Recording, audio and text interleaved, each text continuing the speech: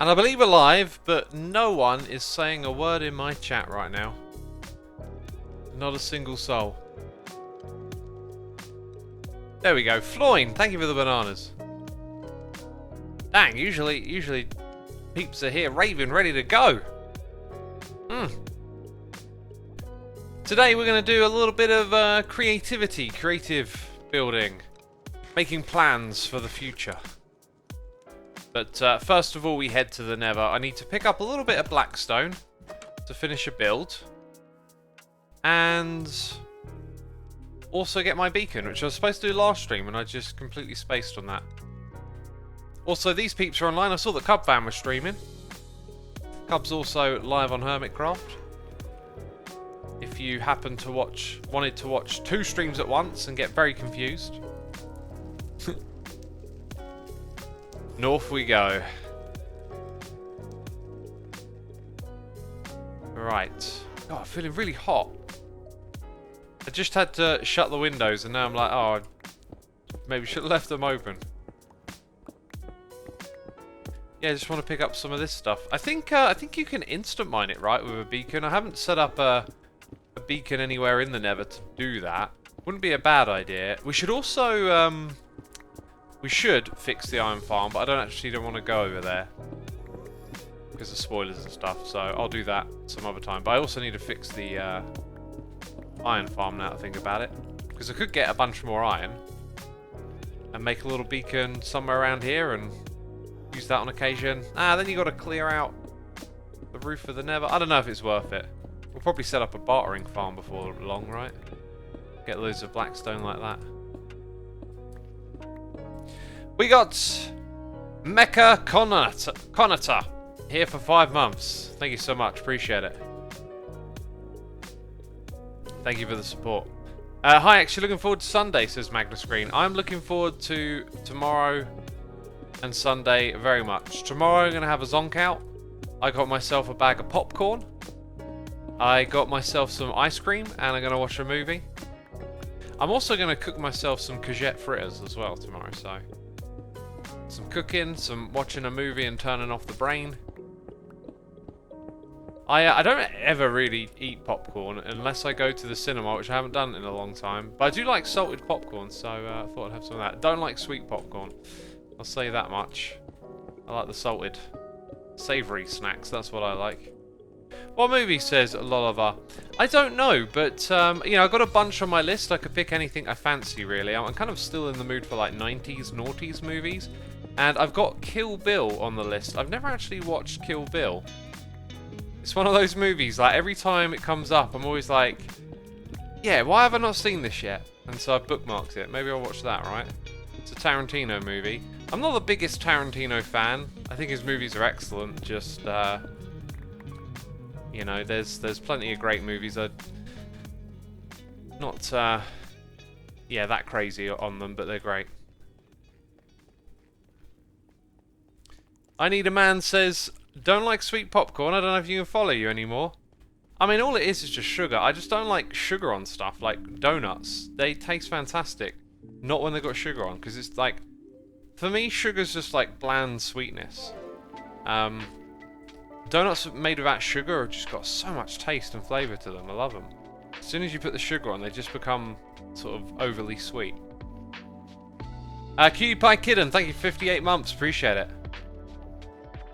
Glad to get to spend a bit of my birthday listening to the smooth voice of the Lovable Derp. Thank you for the nice words and happy birthday. Do you have a favourite film director? Says V-Dubs. What's his name? Nolan. Christopher Nolan's one that always comes to mind. Oh no, yeah, it's the next one along. We've got to keep going. Els Quasar says the more sugar the better for me. I mean, maybe, but not for your body, right? Sugar's not good for your body. All that processed sugar bad for you. Arjun Matt 99, thank you for 22 months, my dude. Appreciate it. How's life? Life's okay. Life's okay right now. Rem Coco Games, thank you for 7 months of support.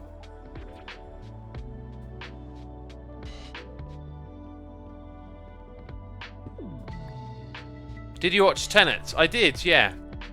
I did. It was really entertaining the whole way through. I loved the way the timeline travels. I think ultimately it tried to be a little too clever. What way are we facing here? North. I want to go back this way. I think it tried to be perhaps a little too clever. Some of the stuff at the ending didn't quite add up, and then I felt like the characters were not as memorable as other ones. Are you watching Loki, says Logan. No, I'm not watching that. I don't watch any of the Marvel stuff. It never does anything for me. I am at the end of Babylon 5.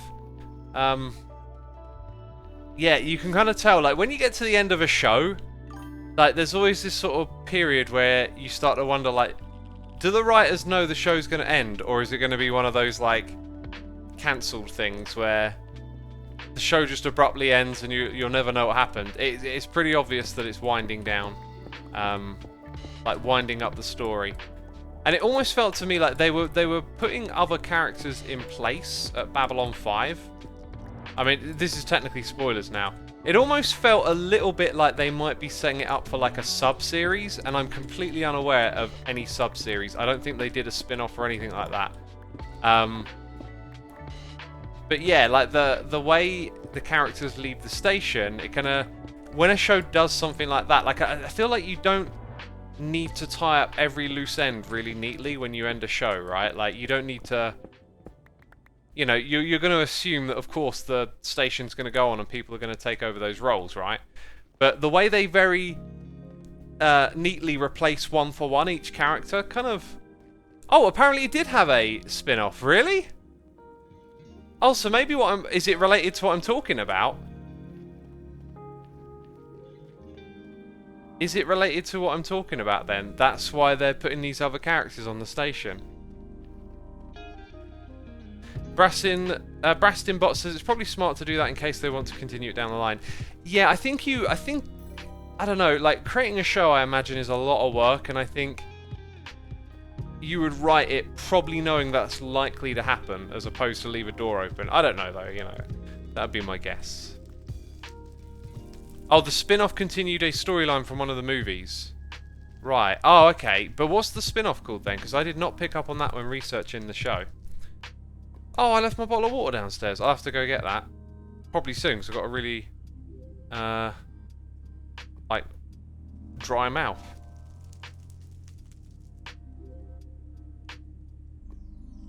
Oh, right. So, Cooperus says that the show was supposed to end on Season 4, and they got told to make another season. That's interesting, because Season 5, I think, has been my favourite in some ways, and Season 3 in another. I guess now that I think back, they did introduce a bunch of storylines a little more succinct with the end of Season 4. Or the beginning of Season 5, right? What show are we talking about? Babylon 5. We're listening to Infinity Volume 1 today. By the way, I see someone saying, loving Infinity Volume 2. This is Volume 1. We got Royal Eagle 04 here with the Prime. We got Arjun. Oh, we read that one. Toko and, well, thank you again. Tokyo and Clank here for Scriver 1995. Thank you for gifting the sub. We got Joe Dragon here for 15 months saying, hey, Xisuma, I hope you're having a good day. I'm enjoying your work on Season 8. I adore making details in Minecraft and excited you're putting a lot more work into them this time. Keep being you and enjoy what you do. Thank you. Yeah, I'm really coming around to details. Obviously, this season I've got more of a kind of open direction to go in that way, whereas last season my style very much closed me off from doing details because it was such large scale, industrial looking building. Becca, thank you for gifting a sub to Paddler9. Vile Logan, thank you for the Prime. Evident Games, thank you for the Prime. Appreciating all this support as always.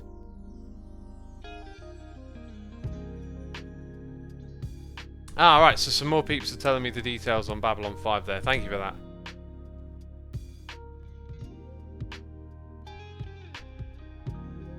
Have I watched Westworld? Yeah, I watched the first season of that show, and I didn't think it was all that. My experience it felt like a lot of the philosophical concepts it was diving into was stuff I was like very aware of and had sort of thought about and listened to people talk about before, and so when you strip away that deeper intrigue that it provokes, it felt like a lot of what was left behind wasn't particularly memorable. So I didn't bother with the other seasons. I kind of left it there. I was like, alright, I gave that one a shot, and it was alright. It entertained, but not very memorable. Right, I am going to mute for a second, go grab my bottle of water. Be right back.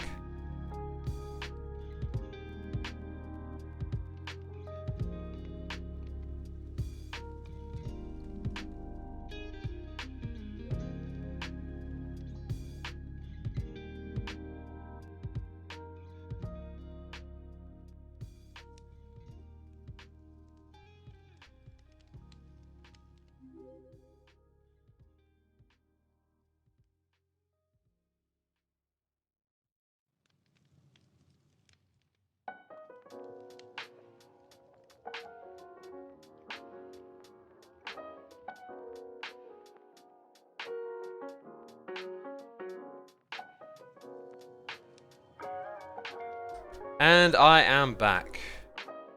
And we're going to head out of here. Actually. Because I want to go into one of these worlds. I think it's this one.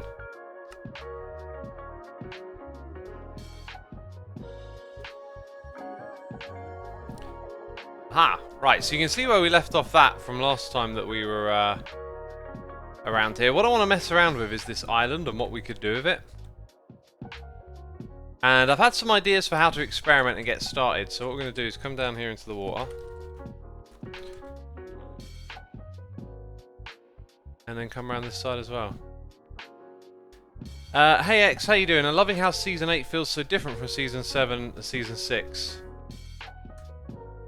Yeah, Skyfighter, I feel like you're picking up on something that we're probably feeling as a group, that this is just a very different feeling season. Okay, so let's switch to creative. So I want to do some like mass transformation of this island. I'm going to build a bridge across here, but I'll do that at another time. I'm pretty confident on how I want to go about doing this bit. One thing I could do is transform this so it's going to match the palette we have over there. So we're gonna strip out. Let's replace coal ore with stone. In fact, we want some clusters of andesite here and there. We've already started messing about with this a little bit as well. I can't remember what other textures we used.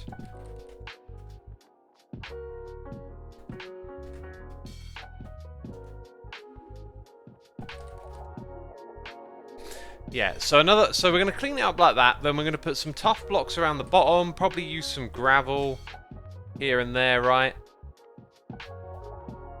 And I'm pretty good with most of this being like it is. We'll probably come round and, you know, knock out the few odd blocks left behind to clean the whole thing up.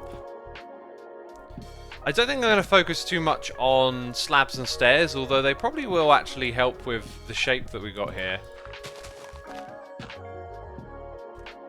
And I think maybe a little bit of that tough stone experiment with the raw iron that we did in the episode over here with that bit might be worth doing in a couple of other spots.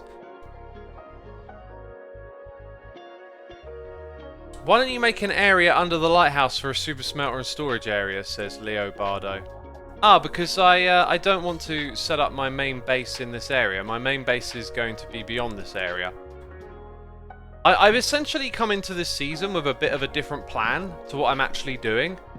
If I was executing the plan that we're currently doing, we would probably be off this island by now and doing the next phase. And I don't want to leave this island behind kind of unfinished. I really want to transform it and make it feel like it's a really nice little starter project or whatever, right? So those things will come later on. Okay, so anyway, I've been thinking what we need to do is replace the grass.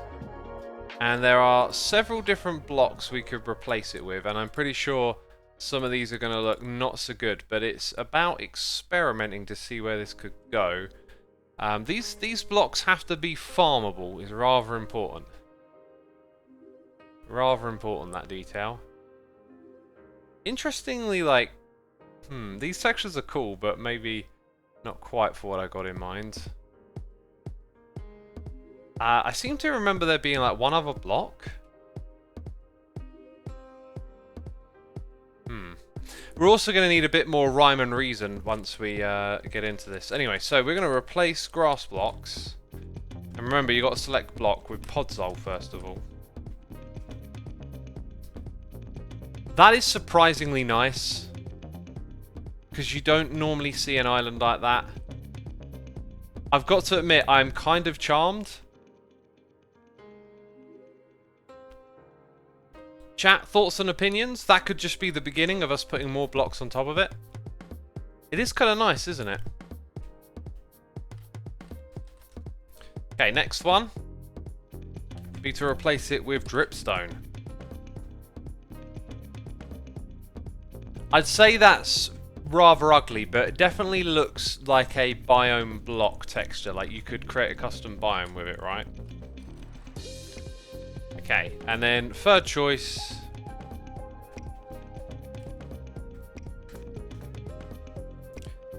Yeah, a bit much. Let's undo that. Let's go for like 80% podzol. I think that just suggests that using coarse dirt mixed in with the podzol is probably the way to go anyway. Breaks up the area, gives it a bit of variety, right? Let's replace... let's actually undo that, just in case we want to do a bit more experimenting first. Let's go ahead and replace... sand with tuff. Yeah, you can see just around the bottom here it looks good. Lower down in the... Hello? Oh, is this little bit here just outside of my selection? That's entirely possible. Brown concrete powder too, says Mr. Piggywig. That could very much well be done. That is some good thinking right there. We're not doing moss block because we've done that already, I think. Let's go ahead and grab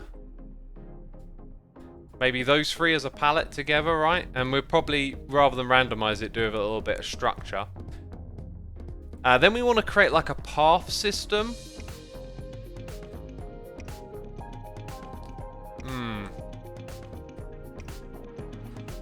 Also, this will probably get covered over and covered in, right? No need to have it open. I feel like I'd like to put one or two more features on this island, but I also really want to move on from it, so... That feels like it could have something there, but, I mean, I don't know what. The path idea here, by the way, we're going to have to come back to that. This tree isn't there on the island, so we can get... Oh yeah, actually, maybe putting in a couple of custom trees, or doing something like that would be a nice way to fill up the space.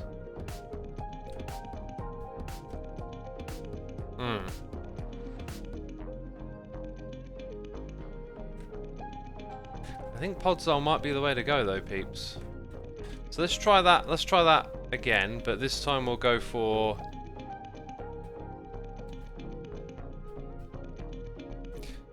brown _ concrete powder.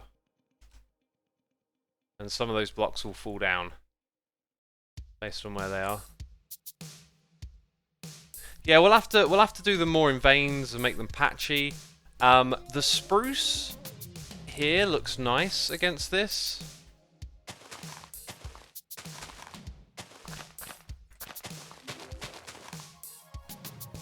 So maybe a few blobs of this here and there could look cool.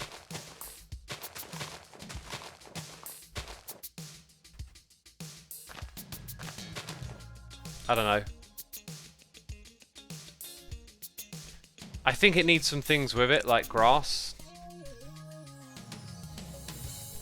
Also, I've been getting sucked in here. When was the last time we read a noise? Evident Games, thank you for the Prime. Antonio, 4230, thank you for 37 months. We've got a little weasel here with the Prime. Dante Red Eyes, gifting subs to Man Bro, Major Z71, Muno Uno, Seamov, and Quinic DK. Thank you for those gifted subs, Dante. Appreciate it as always. And peeps always say thanks in chat if you got gifted a sub. Rooted Dirt is not one we're going to add into the palette because it's difficult to farm at this point. Young Nizzle is here with the Prime, and we also got Scrappy Gins here with a donation saying, you mentioned a couple of streams ago you got the new Tyler the Creator record. Have you listened to it? If not, have you listened to previous records? Love your videos and streams. I've listened to all his records. I think I prefer his more modern, mature sound. And the new record is really, really great. Like, just sort of taking it in a bit at the moment. It's feels like there's a lot of lyrics to digest. You know, it feels like the beats are good, it sounds good, and then constantly the lyrics are sort of popping and grabbing my attention. And I struggle to digest lyrics on a record. Like, I tend to just sort of listen to the music without thinking about it in that kind of context. Anyway, so one of the things that we did already is we introduced a bit of like dripstone at the edges of all this. And I got a feeling I might end up ripping that out. I don't know. Maybe cobblestone is the better texture to have at the border. So we come in and put a few blocks of this here and there. I don't know.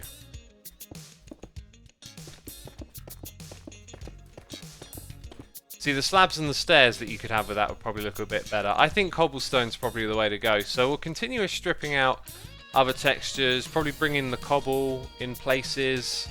In fact, actually, you know what might have more of a home?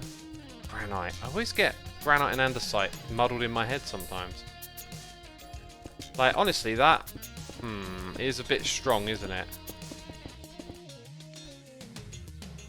Or maybe, like, we can use slabs and stairs to add some interesting bits and bobs. So maybe it can be like entirely red going into the ground. I feel like that might suit this island a little more, like if I put granite around the bottom. Very hard to know how to use these en masse. When you zoom out like this, it actually looks pretty good, doesn't it? Someone's saying that we should use the dripstone with the andesite. Maybe, maybe this stuff would be better for a path, right? We want to keep it simple. I think changing some of the stone to cobble at its natural edges would be good. Now, when it comes to a path, I really wasn't sure what to do earlier. But now that we know this might be the nature of the... Well, do you know what else we can do as well with this? Oh, man, I literally thought don't think the wrong one, and then I think the wrong one. Like, we can mix these blocks together, right? And we can get a bit of a kind of path thing going on, however muddled out they are.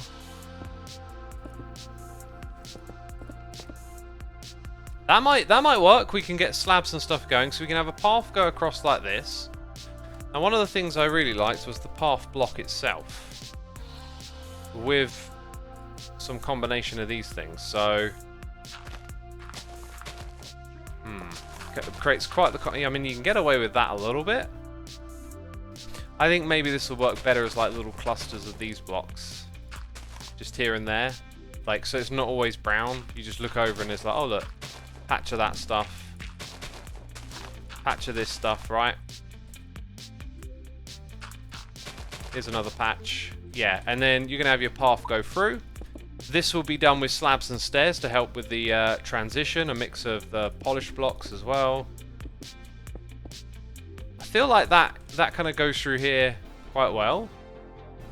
Someone's mentioning bricks. Yes, that's a texture that would fit in quite nice. I'd use that one sparingly because... Or maybe not. It's a little expectant to see bricks. I feel like maybe stronger on the cracked stuff.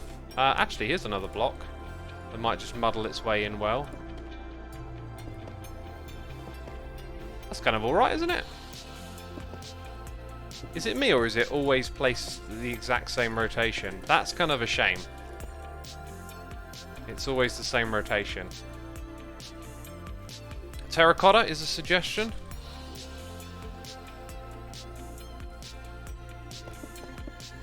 Terracotta's a little too flat. If there was like a grittier terracotta, that might work. There are definitely lots of textures in this game that fit well together, but I'm not sure what one quite sells it in this area. Like some of this weathered copper might be useful. Like this is similar, but the wood texture probably wouldn't match too well. Bit strong on the orange.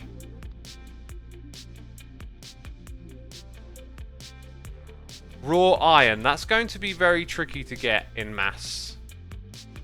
Gotta think we're early game and we need to pick options. Like the podzol will be a grind to get, but with spruce trees or visiting a biome, I could chop a lot of that stuff up pretty quick. So that's on the board of options.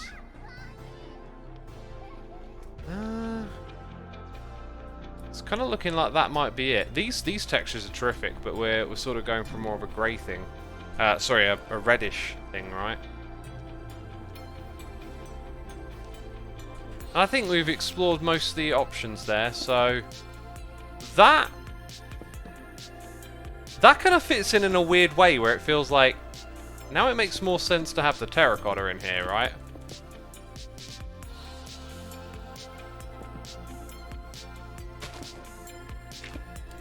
It doesn't scream path at me though, it kind of just looks more like a land palette.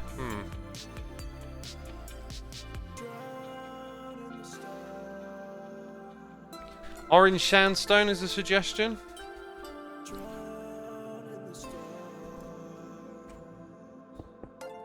Too strong on the orange. Just way too much colour for me.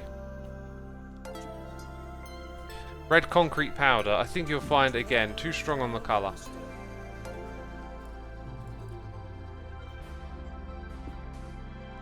Yeah, just way too off palette. So yeah, I'm quite tempted to use the achacha in with the terracotta. Maybe just use it sparingly. Use these polished and this granite to create these steps up and down. So we'll have a path going sort of over here, link up with that.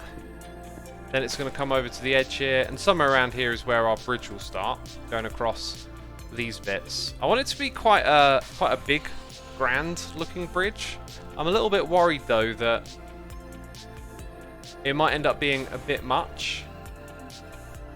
It's going to be double the size of that, most likely.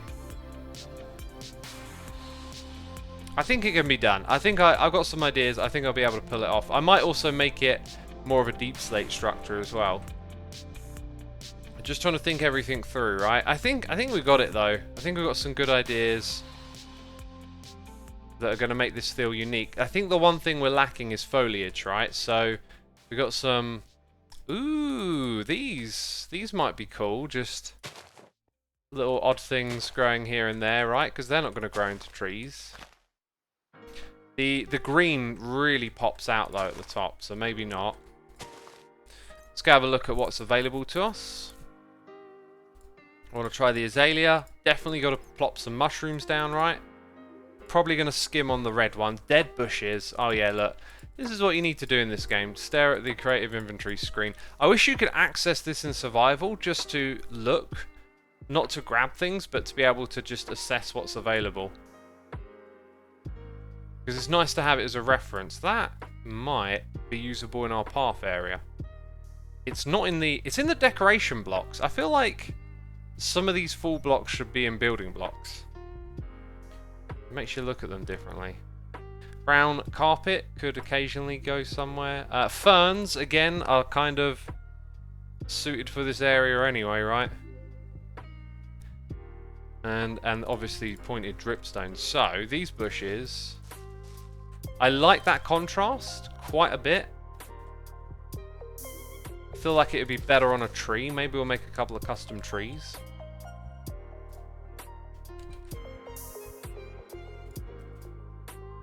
Don't know what that would look like though. If I was to build a very basic sort of Minecrafty tree, right? Looks a bit janky actually. I don't know, actually that's got a little bit of charm to it. I think if you shaped it more like a cha-cha little tree, that might have something. Yeah, so maybe for a bit of fun we build that into more of an cha-cha type tree coming off one side of the island. Okay, large ferns, definitely, they got the sort of paler green. Definitely just a few of those jotted about. Absolutely, on this front, will those fit in? And so will the mushrooms. Brown carpet, probably don't even need to bother with, plus I don't have that kind of stuff set up. So there you go, foliage, ferns, mushrooms, and these things. And then that I actually think will make a custom tree if I just give it the right shape. The occasional bit of spruce leafage is good. I think in spots like this I'm going to rip out all the grass. And then over here, I feel like maybe what we should do is make this island a little special. Somehow. Zark Goa, thank you for 6 months. Dumb People 101, thank you for the prime. Blush Minecraft has subscribed. We've also got Dante Redeye here, gifting subs to Billy Geek, Pirate Yo, J Banner 9, and Det Sub, and Canapai. Thank you ever so much for those gifted subs, as always. Clumps of mossy cobble like the spruce biome. Yeah, they would definitely fit. But I think we've got enough. Just a little concerned as to how grindy this is going to be. Like, I kind of like want to wrap up what I'm doing here and get over to that area, and I'm giving myself like an enormous grind to get there, but it just feels right.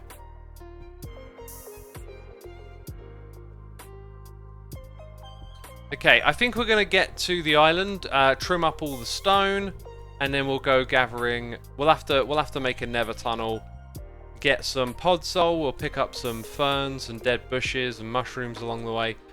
The stuff we need is basically in that biome anyway, right? Let's get back on the server. Get your crew in to do it, says Becca. Oh man, hermits helping hermits. What an idea. What an idea. Oh, I might just ask that. I'm opening up Discord, by the way. I'm going to leave a message now, because if I could get some help on that, that would be just spectacular.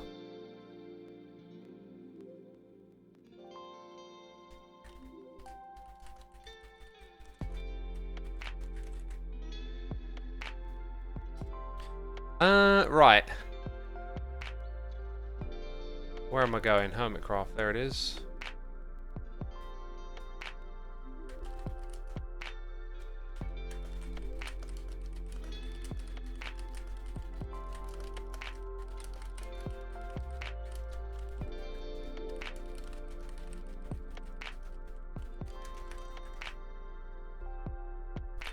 Cool.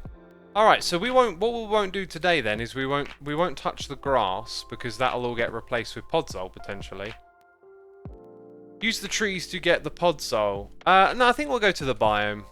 I think we'll go to the biome to do it. It also means we get to travel through the nether and potentially get some more ancient debris. Also, I definitely picked up a bit that I put somewhere and lost. So somewhere I've got like an ancient debris block that I need to convert. Mine Rana, thank you ever so much for 3 months. To be quite honest, this is the first time I'm celebrating a sub anniversary. But hey, there's a first for everything, as I hope that the rest of the stream goes well. Apparently it's your 3rd sub anniversary, but I don't know. Thank you ever so much, appreciate it. Let's see, so I guess we just need a pit. Oh, the beacon's going to help. We'll go put that back down underground. It's not in here, is it? I've probably just thrown it into a random chest and then forgot. So we replace the stone with a little bit of gravel. And andesite tends to be the other main texture I think we did out there. We're going to rip out that dripstone that we put in. Potentially put in some cobble. Tuff goes around the bottom. So I think what we're looking at here is just a little more cobble. Let's go put the beacon in place with an ingot. That'll do. No ancient debris in there. God, where is it? Andesite? Andesite? Who would say such a thing? Where could the beacon be, says Diz. It's in my inventory.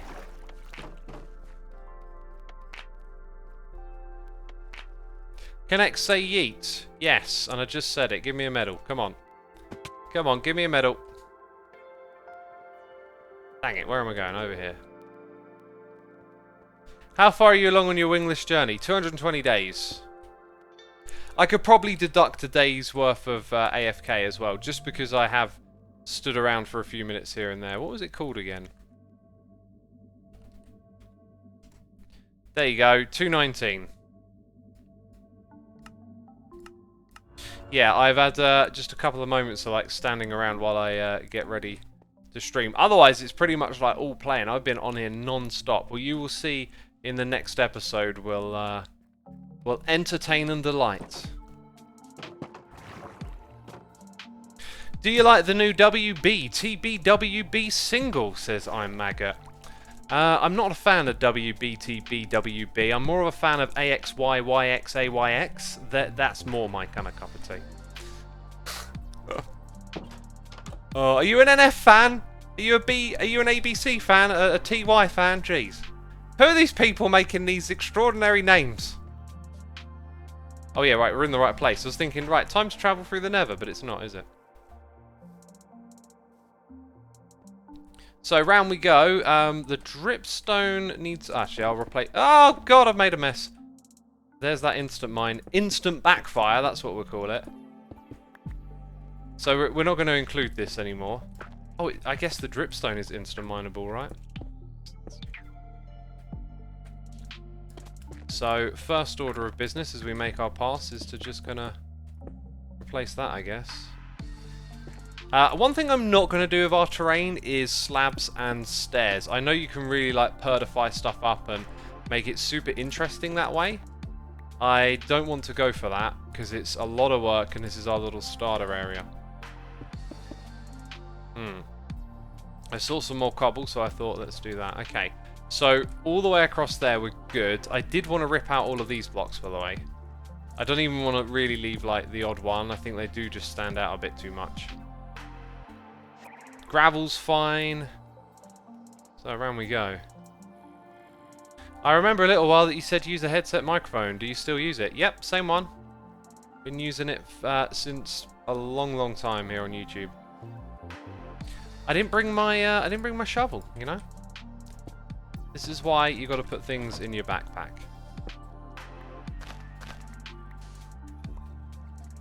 Right, and also, you know, you got to evenly distribute what's on your hotbar, which apparently I'm not capable of doing. Nope, that's the wrong block.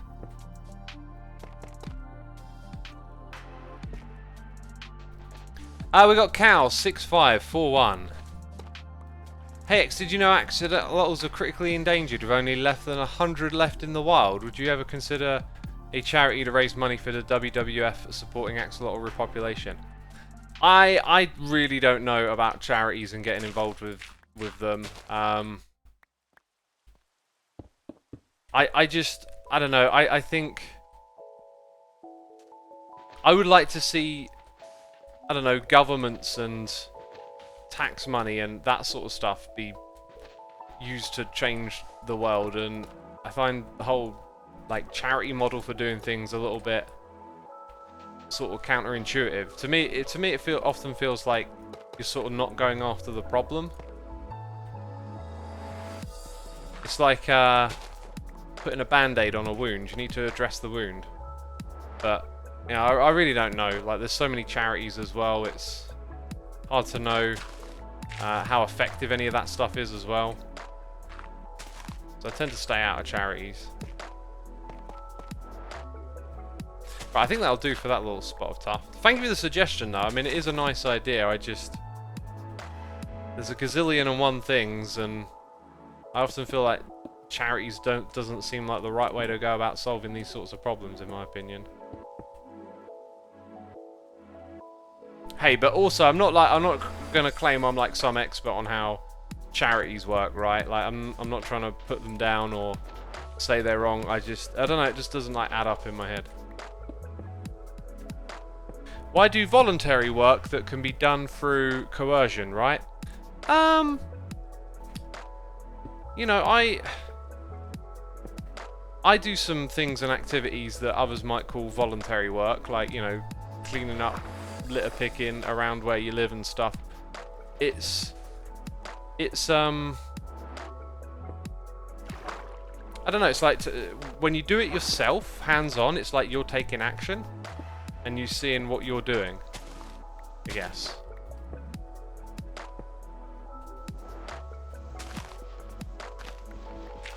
Oh, it's really hard to put into words. I just always felt it's like, you know, these issues that charities take on, it feels like rather than it being charitable, shouldn't this be like a proper organised thing that we do? Because otherwise it feels like, you know, the cause of the problems needs to be fixed with like legislation and laws and stopping things that are damaging through legality and whatnot, as opposed to just, you know, trying to fix it through charities. I don't know. That's about all I can say on it.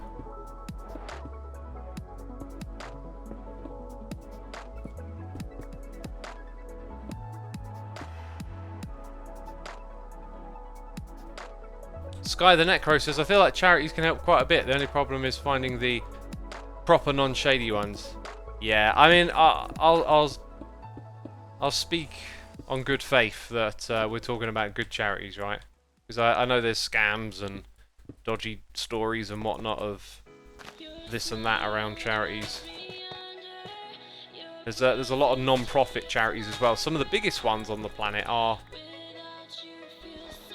you know, making quite a bit of money for people involved with it, which, yeah, some people have got to actually do work and earn a salary, but sometimes it's a bit of a facade.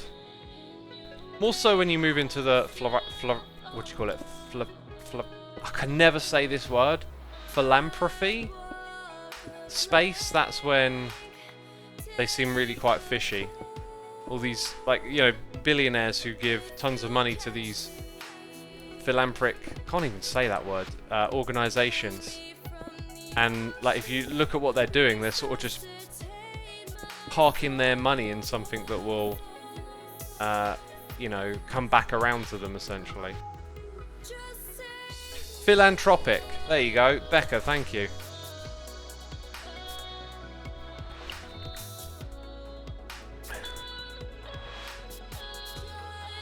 Disco Mercenary says charities would be unnecessary if corporations paid their taxes and governments supported the interests of the people. Yeah, that's, I guess you sort of said what I couldn't say right there. I feel like if there's something that a charity is trying to fix, shouldn't it be a government's role to fix these problems in our society? That's essentially how I feel. Like, we should do this through taxation. We should all be chipping in our part to have a coordinated effort to make things better. And, you know, when it's done sort of independently from that, I don't know, it just all feels a bit like, is this really helping? Like, in my mind. And hey, I listen, you know, like, you can, I'm not outright dismissing, that's just kind of my take.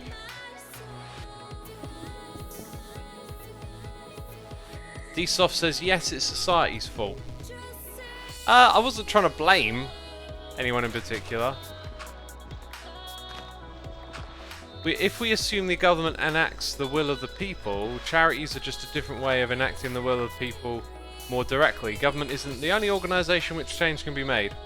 Yeah, that's a really articulate point, I guess. That's it, though. I mean, I think what you've just said has just made something very clear to me, is that I feel so disconnected from knowing what your money does, right? I think about this with taxes as well. It just feels like you pay it and that's it. And what would be nice is being able to know, like, what happens, or, like, see the difference.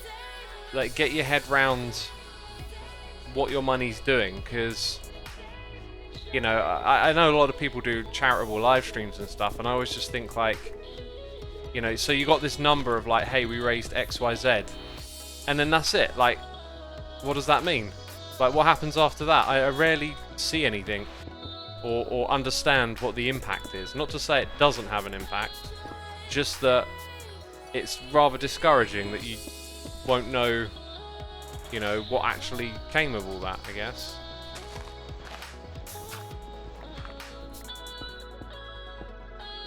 Right, we're doing a pretty good job when we've picked up some dirt. Let's cover up this bit here as well.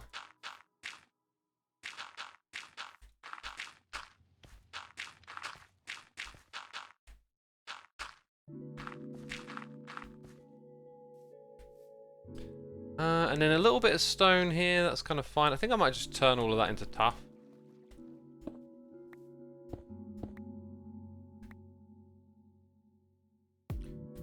Am I going to light the cave up? Nah, I eventually plan to like hardly ever be in this spot over here, so I don't need to go lighting up all the caves. Unless I have a reason to later.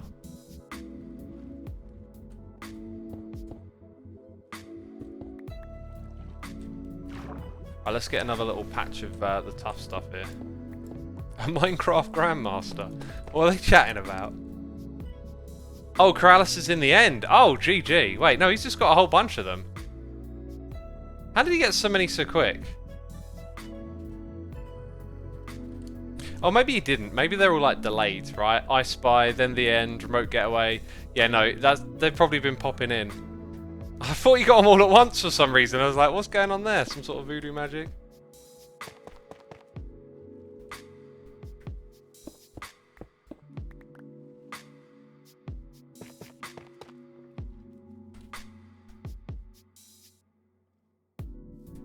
Did he just make an iron picks as xisumavoid? Possibly.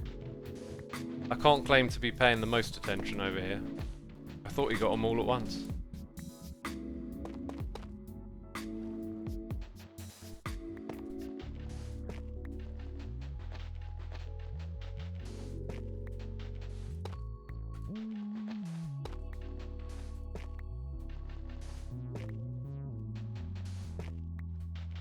Why do most hermits use synthwave / retro rave as their outro?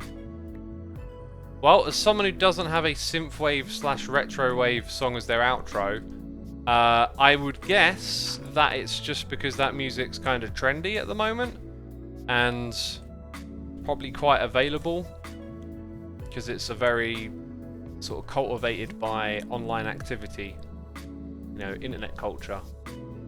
So those sorts of musics that are more created in this kind of space, right, and blossom in the online space tend to then propagate in similar spaces, you know? Like if you're an arena rock band, you're probably not going to get streamers to stream your music. Whereas if you're like a independent artist making some music with VSTs on your laptop and no record label, that kind of thing, you know, probably going to be way more open to having some streamers take your music and use it.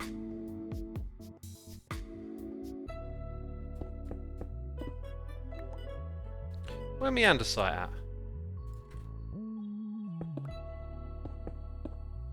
Yeah, I don't really want to go too ham with this, but there are some big flat bits here that I feel like could benefit just from... Oops, no.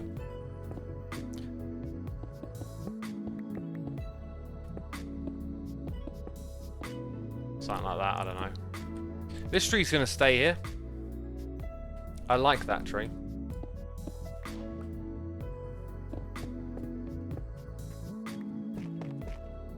That can't be all of it. There you go, got some more. Have you ever taken psychology classes? I was listening to your podcast last night and it sounds like you've learned a lot about the human brain and emotions. You seem very smart. Well, thank you for the nice message. I mean, I've just listened to so many podcasts on the topic. I haven't taken psychology. My main interest for that kind of stuff just comes from sort of like just seeing so much like disagreement and miscommunication and like people not being able to get along that I started to like try and see what's wrong in myself a little bit, I guess.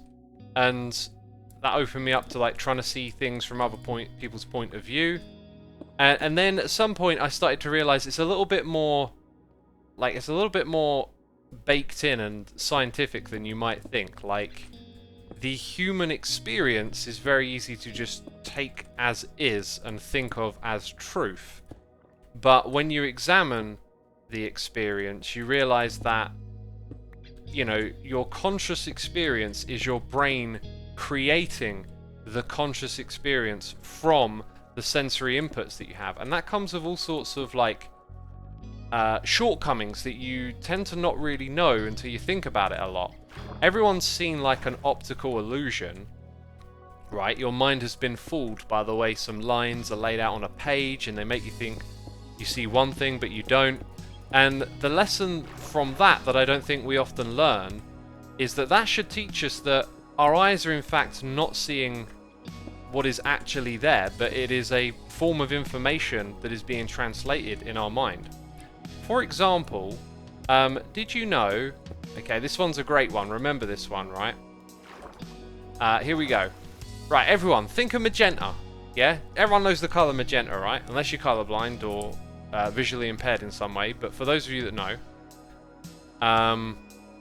think of the colour magenta. I'm looking at my chat, literally waiting for people to say, I'm thinking of magenta, but I didn't even ask you to say that. So maybe chat's quiet there, sitting on the edge of their seat. I'm thinking of magenta, I'm not going to type in chat. That's my name colour, says Yerkatos. Excellent. Okay, right, so the visible light spectrum, as we know it, magenta, doesn't exist anywhere in the visible light spectrum. And now you're probably thinking, what are you on about? I mean, it's a colour, I can see it. How could it not exist in the visible light spectrum? Well, if you take the two different ends of the visible light spectrum, blue and red, and you essentially give them to the eye at the same time, this could mean the colour blue and red are alternately flashing very fast to deceive the eye, or are just very small dots are next to each other, right? The brain interprets that as a colour, which is magenta, and it doesn't appear on the light spectrum, right? How cool is that? Now, you think of things that you can see as truths, right? Like, I can see this object, therefore it's that object and it's real. And then you've probably heard some of those crazy explanations of how atoms have got all this space between them, right? And that most physical objects are actually 99.9% empty space. Information like that, it lets you realize that, you know, your brain is compiling information, and it's doing it because it's survival mechanism. It's its way of how it's managed to survive on this planet. So, you know, your reality is created in your head for you to survive, and it's a great thing. I'm not trying to say it's false so much as let's understand like why it is that way. So yeah, when you think you see the colour magenta, know that magenta isn't on the visible light spectrum. So what does that mean? Is magenta real? Is it not? I think the takeaway is that, like, truth itself is far more elusive than you might initially realise. And once you know that, just apply the same logic to other things as well. Like, people debating online about politics and this topic and that topic. It's all built on these premises of truth. But all too little do we shine the light on our own sense of thinking and look for the ambiguity, look for the falseness. And something that I heard recently that really stuck with me is the idea of logic and reason, right? We all think logic and reasoning are these tools that we have that we use, and often thanks to our internet culture, we're hemmed into our little echo chambers and seeing people slam dunk on these other people that have really out their views, and of course they're so wrong. But what people actually do, and ever since I've heard this, I keep thinking it over and over again. What people tend to do is they tend to have a more knee-jerk reaction, emotional response, they predisposed position to some political take or opinion, and then use logic and reason in order to back up what they know. For example, when you go to Google to search for something, let's say you're having a debate, oh, you know, is it this thing or is it that thing? Let's go look it up on Google. When you search, you tend to search for the answer you seek, as opposed to typing or searching, am I wrong first, right? Trying to think of something that fits the bill. But let's say mathematics. You know, is 5 plus 5 10? As opposed to is 5 plus 5 not 10? Like, it's a really bad example. But when you go look up something, you tend to look up the thing that's going to tell you you're right.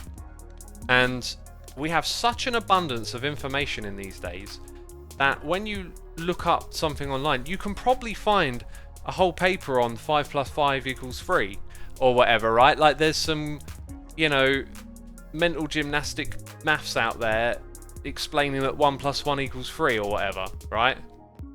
The argument I've heard for things like 1 + 1 = 3 is that 1 as a whole or a value might represent something like a chicken that can lay an egg and create another chicken. Therefore, 1 + 1 might equal 3 or 4, and it's like, it's all sort of weird and abstract, and I feel like sometimes it gets beyond the point. Like, is this useful? Is it helpful?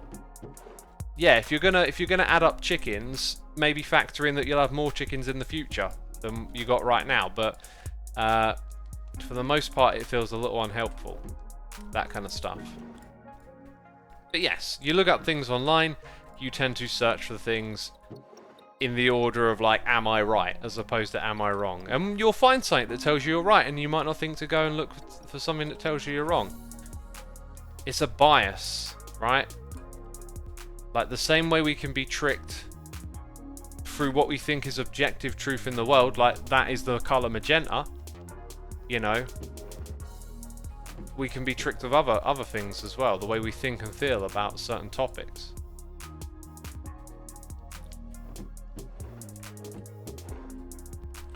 Okay, that's good. So next we'll go on an adventure to get Podzol.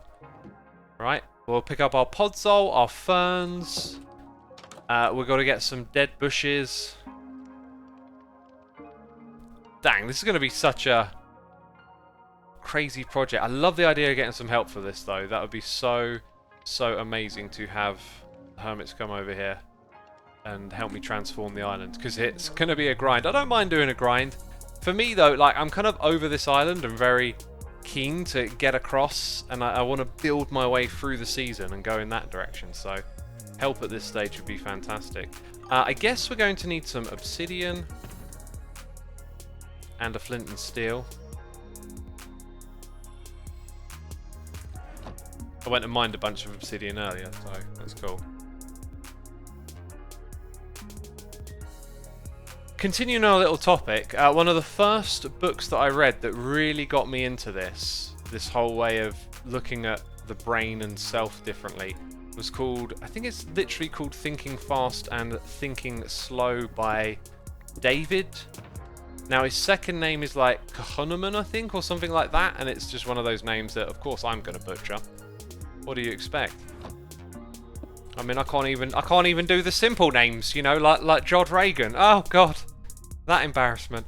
Dante Red Eye, thank you for gifting a sub to Wuffy. Appreciate that as always. Inhabitor 12, thank you for subscribing. Becca 11, thank you for gifting a sub to Manu CL98. Another name that I trip up over, right? Appreciate it.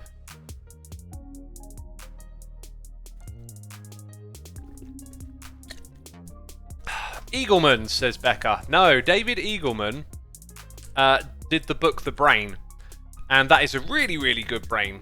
The book I'm thinking of is by David Kahneman, I think, is what Tynder in chat says, and he goes into how there are two different thinking systems in the brain. You have a slowed down, more meticulous way of being able to think about things, and you have a sort of sped up, snappy response.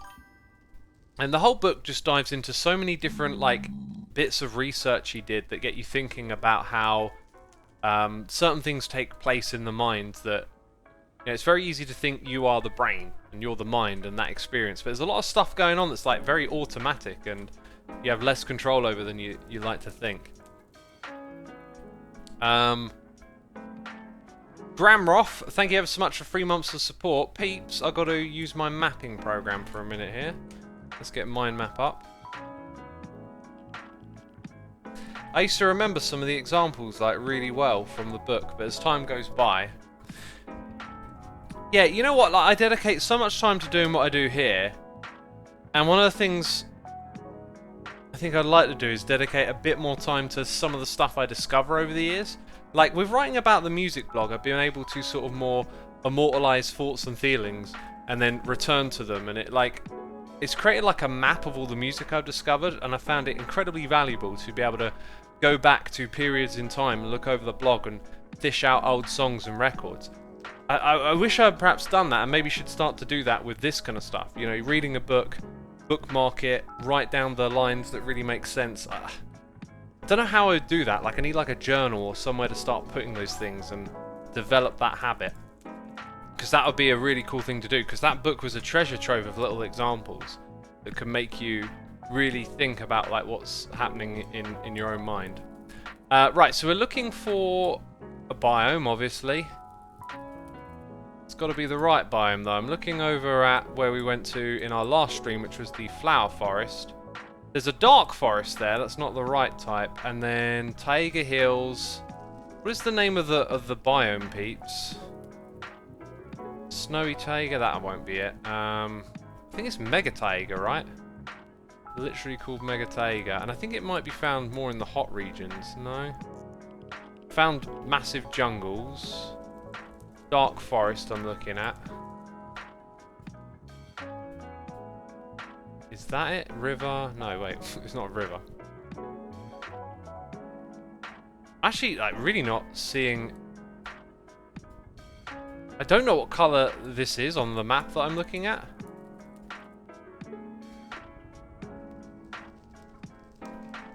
Mega Taiga, people are saying. And I don't think the program I'm using has like a hotkey to sort of highlight the biome. I'll try Admist. I know Admist has one. Let's get that one running. Admist. Bear with me, peeps. Just using the map program. JORC, thank you for 8 months. How's it going this evening? It's good. It's going all right. MR Crimson King, thank you for the prime, my dude. Appreciate it. Okay, we're not going to upgrade right now. We're going to just hop in here and give it a shot. Someone says green. Depends what program you're using, right? Like, the program... I got 2 programs. They both use different colours for biomes. Or do they? Actually, I think they use the same palette, now that I think about it. Yeah, I think they're literally using the same colour palette.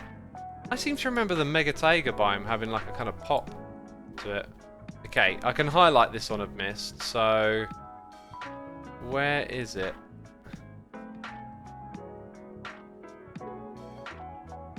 I literally can't see it in this list.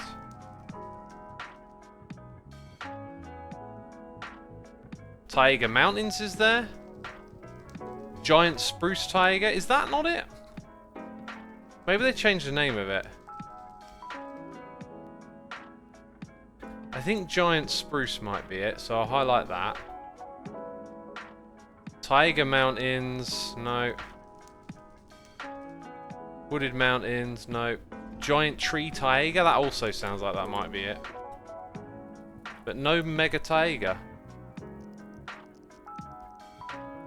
Right, let's select them. There we go. Oh, this don't look good. Giant Spruce Taiga is it, apparently. I got Giant Tree Taiga and Giant Spruce highlight. And there is, like, nothing popping up. Wow. Are they just, like, not generating this world?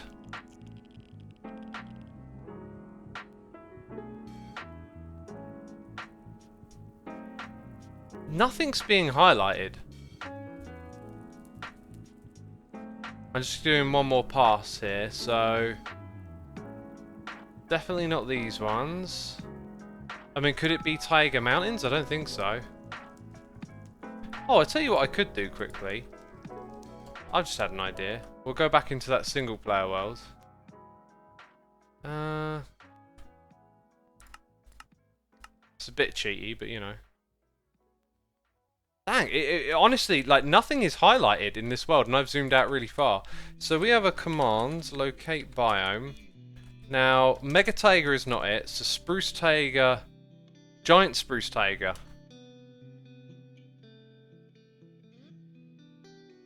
Oh, I think I know why. Oh no, yeah. Fascinating.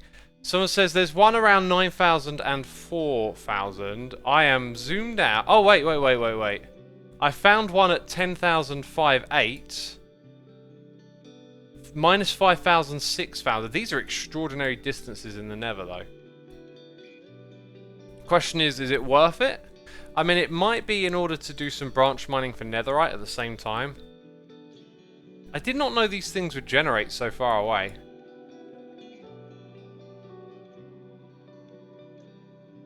And I'm trying to look sort of more northerly or in the direction I've gone already.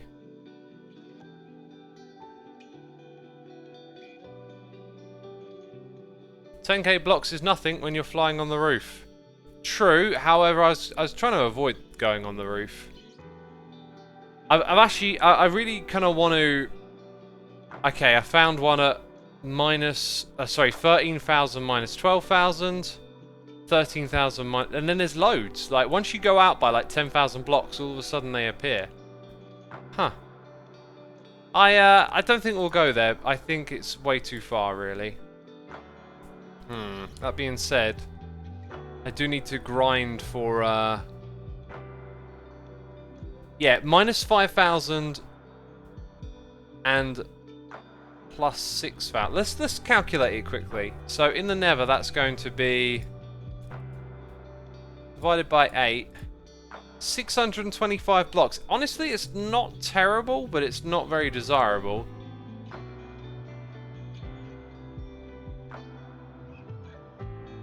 The question is, how many spruce trees? I've also got to chop down the trees. I've got to grow them somewhere where wrecking all of the soil isn't a problem, which, you know, that's probably not too much of an issue. We'd probably want to put a beacon so we can just stock up on spruce. But then the other one I could get some netherrack. Okay, I'm gonna put it up to you, chat. Oops, clicked on the wrong thing. Manage poll. Podzol is the question, okay? I need to go there for ferns. Actually, that's a very good point. I need to get the ferns as well, so we're going there. Right, let's double check those coordinates. Actually, I'm going to load up a mist again just to triple check. Dang it, why did I close it?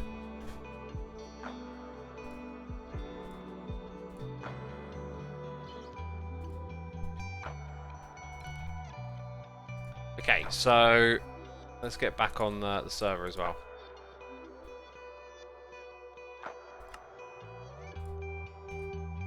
Tassa King says, is it coming to Rome? It just might go to Rome. I want it to come home, but it might go to Rome. Okay, let's do the highlight thing. Giant tree tiger. Was it giant spruce? Anyway, we're going to highlight both. Yeah, and there it is. Just going to sort of shim-sham through the map a little bit again. Ooh, there's one over here that might be sort of closer, actually.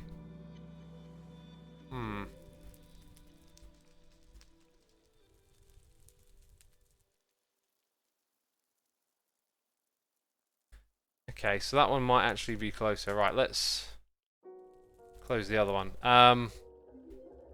So we could look at 8,800 and 3,700. Where are we in the Nether? Oh, I always seem to do that.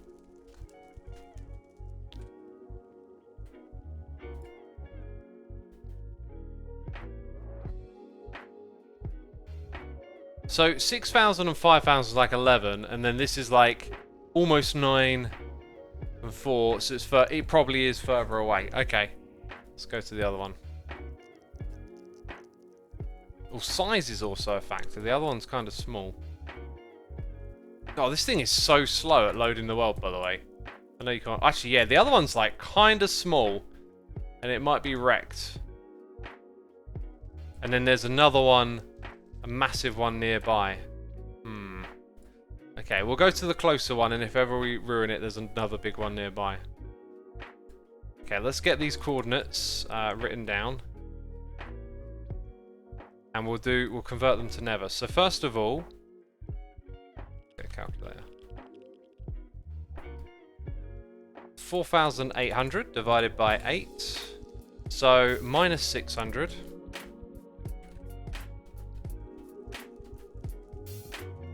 Second coordinate. 6,200. That's 775. So that's where we gotta go. It's digging time, peeps! It's digging time. Oof, and I'll tell you what, I'm going to switch to sitting. I've been doing a lot of sitting, actually. I played pickleball the other day, and it did a number on my knees, surprisingly. Unsurprisingly, should I say. Hermit Olympics this season, says Darbicus. Every year I want to do Hermit Olympics. I think, honest, for me it'd be too late. Like, with it being so close, I think you've got to have a bit of preparation time, right?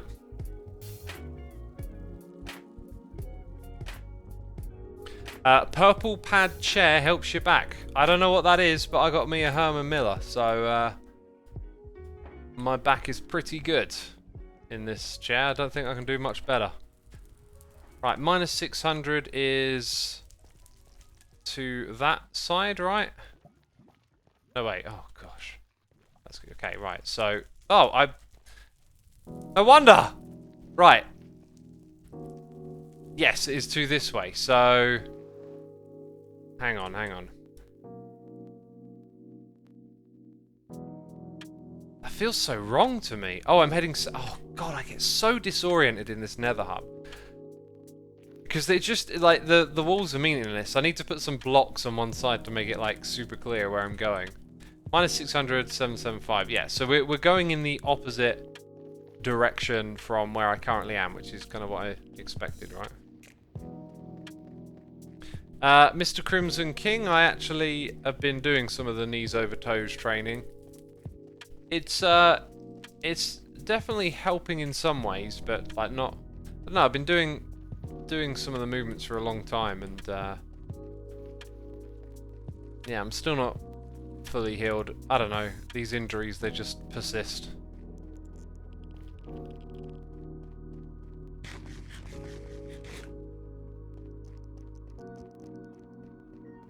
Pickleball is basically a better version of tennis, says DDB. It's more accessible because you play on a smaller court and the paddles and the ball are kind of like easier to work with. You know, you can really whip a tennis ball, right?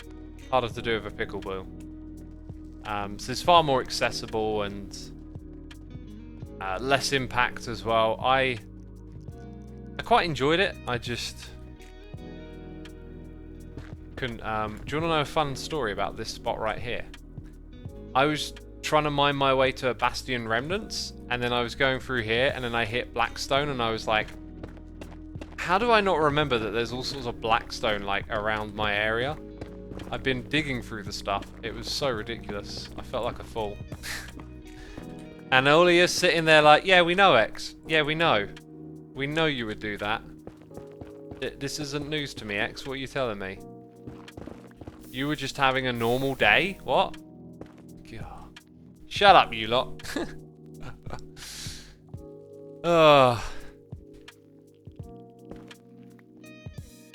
And what were you talking about earlier? Maybe have a look at the game Soma, which deals a lot of consciousness-related ideas. It's super story and philosophy rich. I like the sound of that. I'll look that up. I'll look it up. I was thinking of doing a sleigh stream, by the way. If I get all my things in order before I go on my holiday, I might do another sleigh stream. Have I got my beacon on me? Oh, God. I don't actually need it, though. Thank goodness. I just realised, like... No, I don't need it for that operation. That's good. Right, Netherite? Yeah. Ancient Debris is the name of the game, peeps. If you see the Ancient Debris, you yell in chat. You yell and shout. No caps.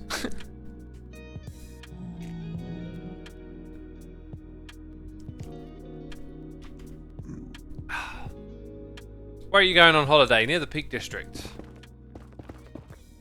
Ooh. I think we'll go up and over here. As if we never saw a gap.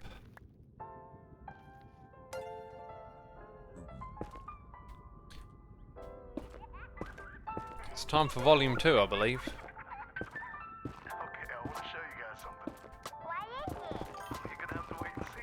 Dang, I keep picking up this gold. Like, I want to find the ancient debris, not the gold. Come on. Also, I don't want any piglins coming after me. Oh, look at that. That was waiting for me, that bit. I always try and make the tunnels that I dig through the Nether safe.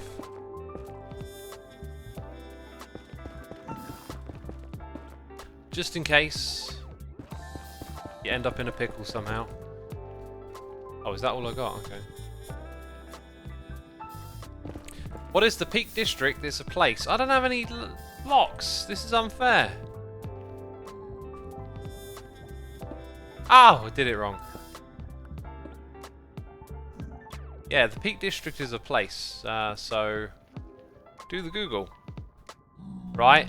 Don't look up, you know, the Peak District. Look up, is the... Oh, I thought I hit it. Look up, is the Peak District even real? You and your bias. Oh, looking up a place and not even considering it might not be real. God. Haven't you learned anything this stream? Oh God, this is terrifying. This is the worst place to fall ever.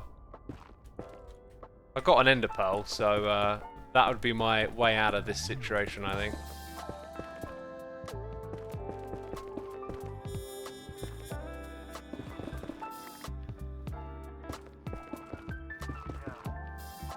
Yeah, I keep running out of the netherrack pretty quick, don't I, each time?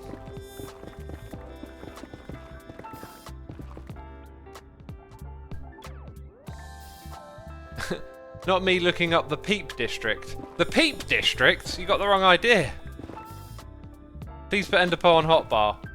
But it wouldn't be as impressive as switching it out, right? That's my main concern. I want to impressively escape death, not do it the prepared way. That's just not very cool. You know? God, there's nothing worse than not being cool when you're playing Minecraft. God. Come on, where that ancient debris at? How many blocks do I got on mine on average to find some, eh?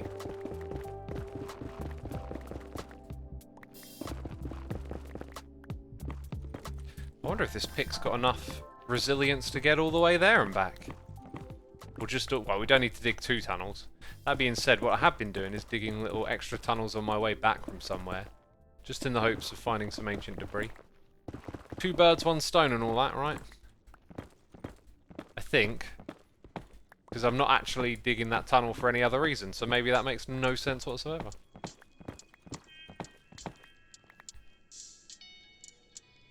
Hey, we got gifted subs. Phils97, thank you for gifting a sub to Rockstar71, Shenko, Night Shadow, 81, Leonardo, Santos, Jamie W.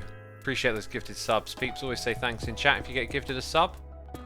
And if you're enjoying the stream, having a good time chilling out with us, be sure to hit that follow button here on Twitch. Hit it with your fist, okay? It might hurt, but it's worth it. Peeps are saying I'm too high up and Y15 is best. I'm pretty sure when it comes to ancient debris, the distribution isn't that drastic, and because we don't have a nether hub at the bottom of the world, like it's... Remember, we're digging to get to a particular place. I don't really want to be running up and down staircases to get there. Ooh. We might be loading new chunks out here, by the way. I generated, like, I think up to, like, 800 blocks in the... Oh, that's a good point. I can actually remember the number. So I generated 800 blocks of nether terrain, right? In each direction. So when we get closer to 800, that's when we're potentially loading new chunks. But I've learned so much about how to run a Minecraft server, and it's like interesting how little ideas always crop up that you never think of every now and then. And one of them was, instead of resetting the end chunks, what I did is I pre-generated them, because I thought when everyone goes out there, the server's always laggy. There's always that moment each season where it's like lag and someone's like, yep, end busting. And so I pre-generated the end dimension as well as the nether and the overworld. And then we haven't had that lag issue at all. So anyway, when it comes to resetting the end chunks, as we do periodically, I realised I can just load up those original chunks again. They're already generated, right? Like, just means they don't get done on the fly. And because of that, better performance. Learning all the tricks of the trade over here.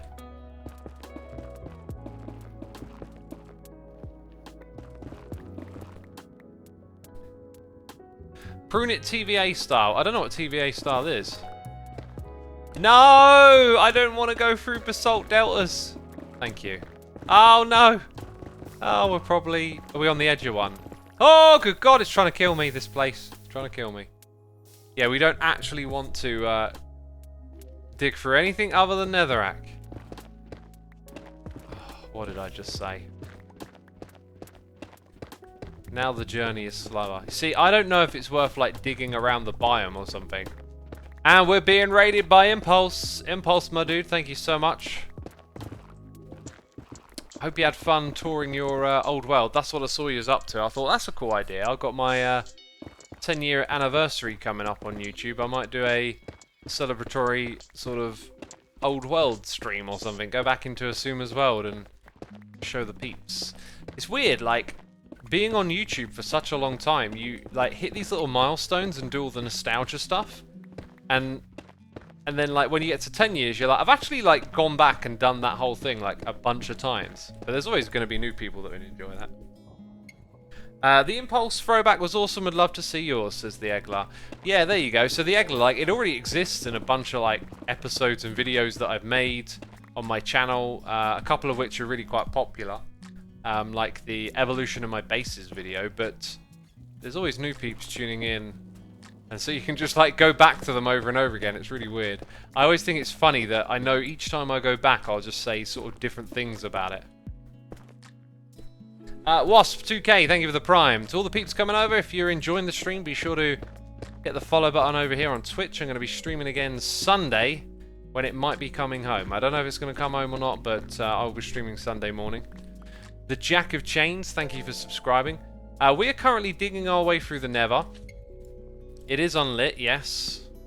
It's not very lit, fam. We're trying to get some ancient debris and 2 birds, 1 stone and all that. We're going to go to a Mega Taiga biome, which is actually, like, stupidly far away for some reason. Oh, Scar! Oh, Scar with the bees. Right, I don't actually want to put torches down in here. Just, the black stone is so dark, right? Hey, wait, did I just go past where we're trying to get to? 600, right? Aha. Now, as we saw a moment ago, I'm pretty sure... Is it this way? It is. It is. Okay, I'm pretty sure, like... Let's go down and have a look, because... This might have just been better to fly through the Nether with some wings, but I'm in the no wings club, man. Okay, if we go a little further along, we'll be able to drop down. And I want to keep this tunnel at this height. It's a little safer up here, right? Yeah, I need to know, like, how much more of this biome there is, because, dang, these tunnels are slow, like... Please have mercy. We've been digging for about 10 minutes, actually. So it'll probably take us about another 10 to 12 minutes of digging, although that was through netherrack, to get to our destination. So we're going to be able to get there, get the resources, and get back, which is good. I need to get back, because tomorrow morning I've got to do some recording and time-lapsing. We're probably about there. Peeps, I've got a really big episode of Hermitcraft coming out tomorrow. You're going to see an amazing build. Right, a big part of what I'm going to do this season. Now, I could drop down into there, but I think that would be a foolish decision. This is going to go on for a long time, I know it. It's just my fate. It's just my fate, you know. And I have no idea if ancient debris spawns, like, up here at the basalt level. Not mining, tunneling. I mean, you can split hairs if you want to. You know what I'm getting at, though. Tunneling, mining. We're digging. We're doing the Minecraft. Remake your first Xisuma world episode in 1.17, but the same seed to see the difference in terrain and episode quality. It's so long ago that the seed would look totally different, and I think remaking the episode is a bit of a pointless exercise because you already know that I have improved as a video content maker or whatever, right? Like, my episodes as they are today are testament to the evolution. Have you heard of a website called Minecraft? If not, you should check it out. I haven't. What's on it? Ancient debris can spawn up to 119. Don't tell me I'm mining slightly above where it can be found. Oh, we're at 113. Oh, we literally just went over 119 on the other coordinate. Like, that's literally here is the moment that I looked at it. How weird is that? Do you know what else is weird? Like, trying to dig like this. Oh, God. This doesn't make any sense to me. Put it back. Thank you. God, that was weird, wasn't it? That was really weird. It's a website you can join a weld on. Oh, right. Is it like playing Minecraft through the browser? That's fascinating. Hey, this looks different. Ooh, glowstone. I will take easy glowstone is always welcome. Okay, that's one of my rules. It's one of my Minecraft rules. If there's easy glowstone, I'll take it. Thank you. Looks like we've got a bit of fire and chaos here as well. Not so keen on that. Oh! Trying to kill me again. This Nether dimension, it doesn't give up, does it? Honestly, I think I'm just going to continue digging from over here. What are we at? 113? I think I might just go... Let's leave a torch, just in case it's not obvious next time we come through. I think we'll go one block higher. Oh, yeah. Ah! Stop trying to kill me. Ooh, it kind of looks like that opens up there. Oh, what is this? Maybe we're not going to do it this way then. Because there's stuff going on up here.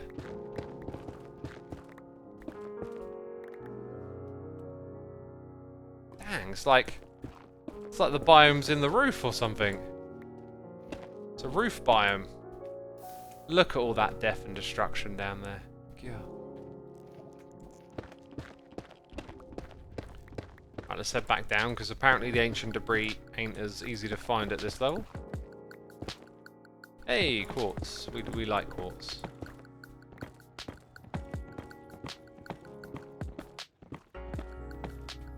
Do you know what? I think I know why other hermits don't mine the quartz. Probably because of the piglin bartering that comes later on. Probably like, why bother, is the attitude. Hey, are we out? Are we in the nether waste? No, spoke too soon. Oh, I got my hopes up, peeps. My poor little hopes.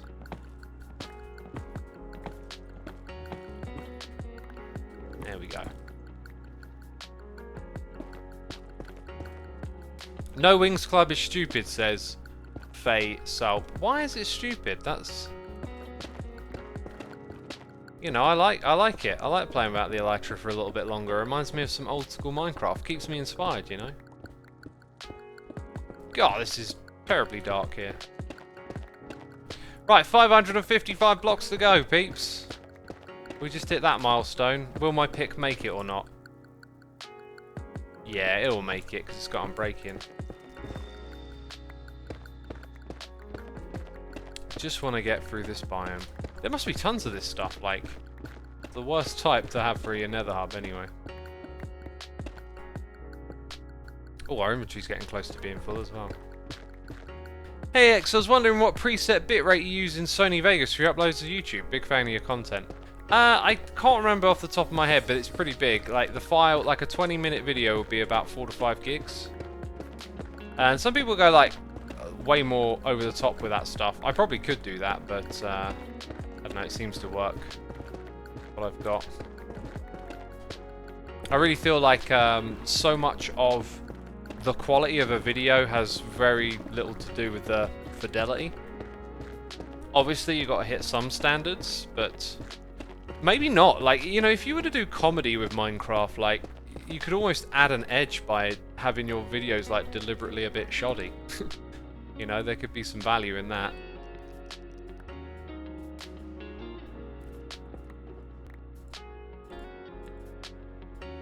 And now I need a little bit of that to do the next bit. Might as well pick the stuff up, right? Have you ever read Harry Potter? I remember trying to read it when I was a kid, and then it was just kind of like boring. But the movies were great. I don't know.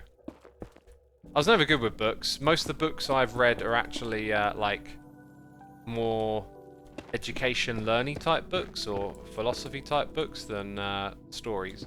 Although I really loved Edward Snowden's autobiographical book. In fact, one of the next books I really want to read will be autobiographical. And I think I'm going to go with McConaughey's book. Matthew McConaughey, the actor. I've heard so many good things about that book.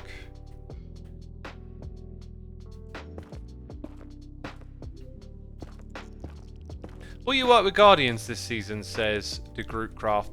You know, it's not going to be part of my build palette, but I feel like it's been a... Well, actually, I did it in Season 6, right? So I didn't do one Season 7. I wish they had had a few more structures like that. I really thought that was great game design, the way the Ocean Monument was done. But yes, because it's not going to be part of my build palette, I've got a feeling I'm not really going to bother. But I do feel like at some point, it'd be nice to do one of those again. It's interesting because here on Hermitcraft, the seasons last year's, right? You know, they're long. They're like 12 to 16 months. But the pace of Minecraft and the way it updates, like those sorts of projects don't come around that often. So you end up like just doing very similar things over and over again, which is one of the reasons I like the No Wings Club and the way I'm playing this season is just that I'm just sort of embracing a bit more of a casual style. And I'm doing things the grindier, slow way, but you know, the usual thing was like build this farm, build that farm, build this farm, and I'm just kind of like going in a bit of a different direction, as you'll see. Because I've done a lot of that build the farm stuff, you know. Do you want to get to 1,000 days in the No Win Club? Absolutely. We're currently up to 223. Look at that! God! Look at all these quitters. Look at all these quitters. I've already got a medal, by the way. How cool is that? 300 blocks to go. 350, actually. Come on, give me more netherrack. Would have been... I reckon we'd have been there already if this were netherrack. It's more of a make-your-own-adventure, the same way you would play Dungeons and Dragons, says Vandasar. Yeah, make your own adventure. I mean, that is Minecraft inside out. Like, I think the way in which people might not see that on Hermitcraft is that we do all of that end game farm building to get to that stage where you put your own content in the game. Whereas this season, I'm looking at it more like I can do that from the beginning if I do things differently. Like, it's part of the reason I want to decorate the little starter area there. I want to move through the world a little bit and to have what we do evolve, but not to just be driven by this farm, that farm, you know? Where that free glowstone at, homie?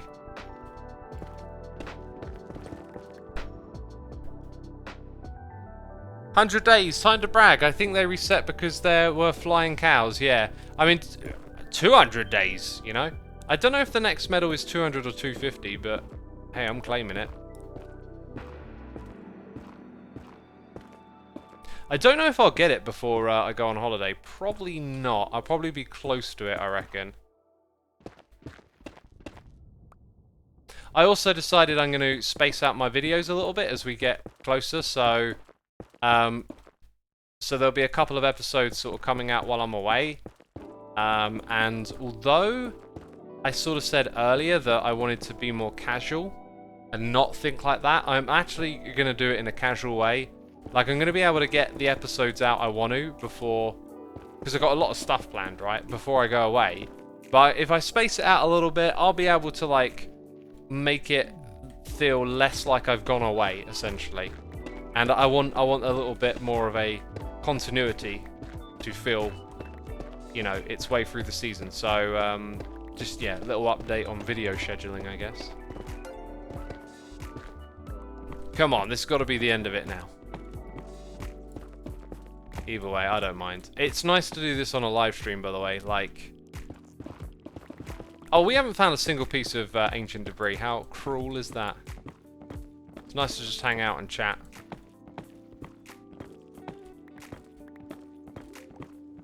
There it is. All of that. How much of this stuff are we picking up? Tons of it. Great.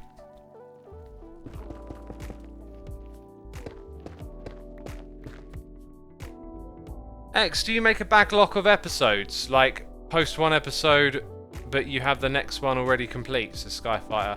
I used to do that. I used to, a long time ago, like season 2 and 3 of Hermitcraft. Sometimes I'd literally have 2 episodes not out yet. And I remember I used to run my channel with like a week of videos like ready to go. I'd always be making them because there was a time when I used to upload daily, right? There'd be like, you know, 5 or 6 waiting to come out while I'm working on the next one. I can't imagine going back to that. But anyway, last season there was a fair bit of you know, like I'm working on one and it's almost finished by the time the next one comes out or whatever. This time though, you're pretty much just seeing me roll in one episode onto the next and just trying to put them out when they're ready. And I'm gonna try and continue that. I want to get more of an organic thing going. Change the way I do things a little bit, you know. See what comes of it. Come on, let's celebrate! Oh, it's over again. Is that it? God. Oh, there's a little bit more hidden away.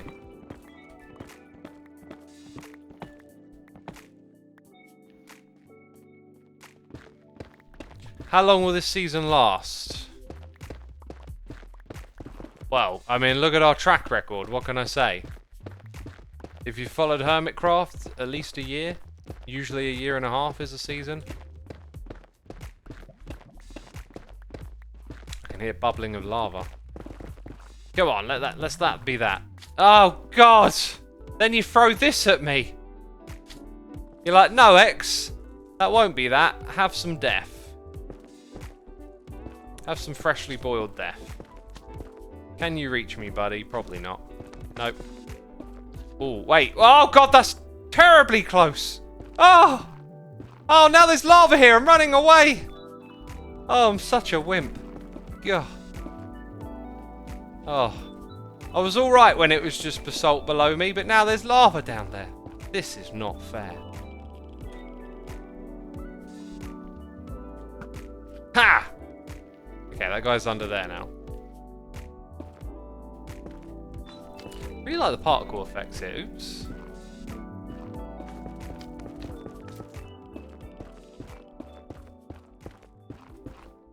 Right, that is at least a little bit safer. Don't know if that guy could hit me through the blocks. Right, about 100 and something blocks to go. God. Let's double check that, by the way. 775. Yeah, we got it. Oh, it looks like we shifted over a block somewhere with our tunnel, but that's fine. Come on, Netherrack! All the way, Netherrack. Oh.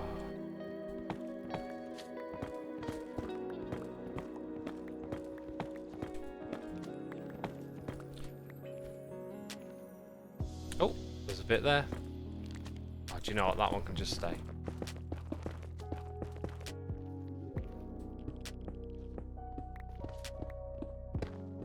Hey X, please don't trust evil Xisuma. Why not? Why shouldn't I trust evil Xisuma? He apologised, you know? He made amends. Everyone should be given a 6th chance, right?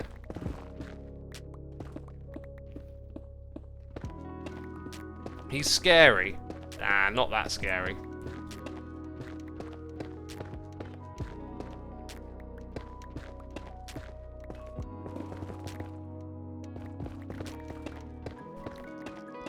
Evil X will not pay his taxes. There are no taxes on Hermitcraft though, right? Oh, finally we hit the... Oh, no. I'm going to say, we only got like 50 blocks to go and we're hit. Hey! That's good! Well, there's a reward for my efforts. Cool, I'll take it. Oh, is the one below also one? No, okay. I really feel like we should have found a few more of those. It's going to take us a gazillion years to get home as well, by the way, peeps. What are the odds that we've got going to the wrong biome as well? That'd be amazing.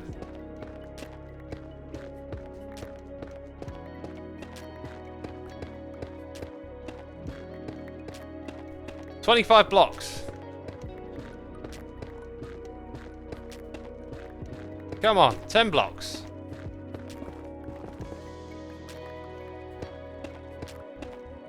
Oh, there we go. This is where we'll put the thing.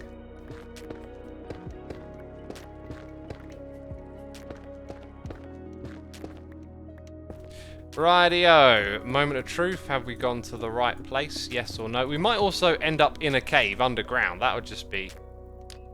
That'd just be cruel, wouldn't it? Does Evil Xisuma have separate streams? Hey! No surprise we're getting that, actually. I don't see Podzol. Oh, there's Podzol over there. Dang! I mean, like, literally, just around the edge here, I'm like, there's no Podzol! Oh! Not even over there! Ah! Oh, computer game, you are cruel. Let's go get some Podzol anyway.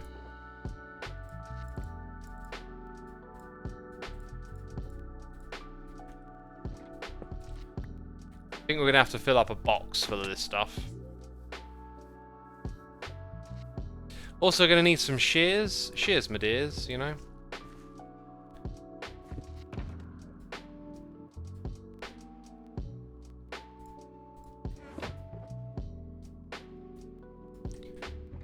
Let's make those shears. Bam.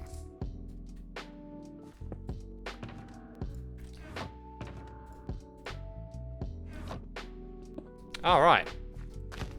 Oh, thank goodness. That's more like it. We'll take the grass, we'll take the ferns, we'll take everything. I don't need the sweet berry bushes though, they're going to damage me. I know it. I don't think there's anything else to grab unless I want to grab some of this stuff. I mean, a vine farm would help with that at some point. Oh yeah, I do want some spruce leaves. I've already got like a few of those, now that I think about it. And they wouldn't be hard to get. Oh, mushrooms. I'll take all the things.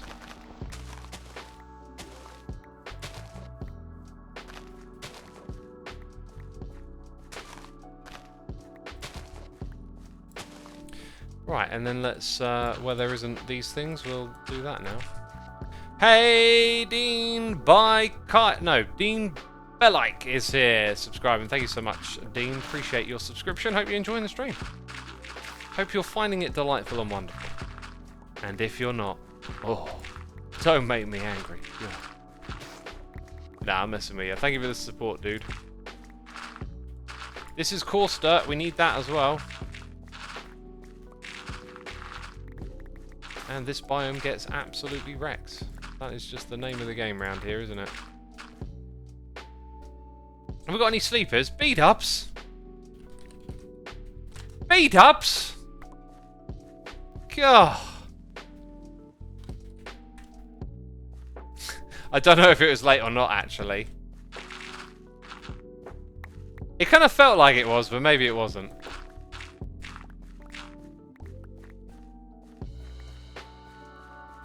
He is slacking today, says Dsoft. Yeah, earlier it was nighttime and he wasn't even logged in. God. You know, you've got to be logged in. Otherwise it'll be nighttime too often. Could even pinch a bit of clay while I'm here, but I don't really need clay. Oh, what's the betting villagers trade Podzol? And ferns. I'll be like, oh God, no. Wasting my time again. You villagers, you got it out for me. Oh wow, look at this area. This is like... Dang. Give me all the ferns, please. I said politely. As I ravish the land with my shovel. A few dead bushes as well. And we got a noise in the air from Dean Belike. I'm still probably butchering that name. How is life going? Thank you for the cheers and biddies, my dude. Life's alright. Kind of awaiting a bit of that normality, right? I'm starting to get a little bit like uneasy with how we're lifting these restrictions. COVID numbers are going a bit through the roof over here. We've got the World Cup, the European final, which is going to just be a super spreading event, you know. I was a little bit worried, and I was kind of hoping maybe to see some friends and whatnot, but as the numbers rise, I'm like, I'm going to have to keep waiting until I get my, you know, second jab, essentially. So I'm still kind of like locked down, feeling a bit, oh God, you know, like when will normality return? But hey, just I got things to be thankful for, so I'll think about those things, right? Do you miss the furnace in a minecart? I believe that's still a part of the game, right? Or did they... Actually, is it? No, yeah, it is. They didn't take that out.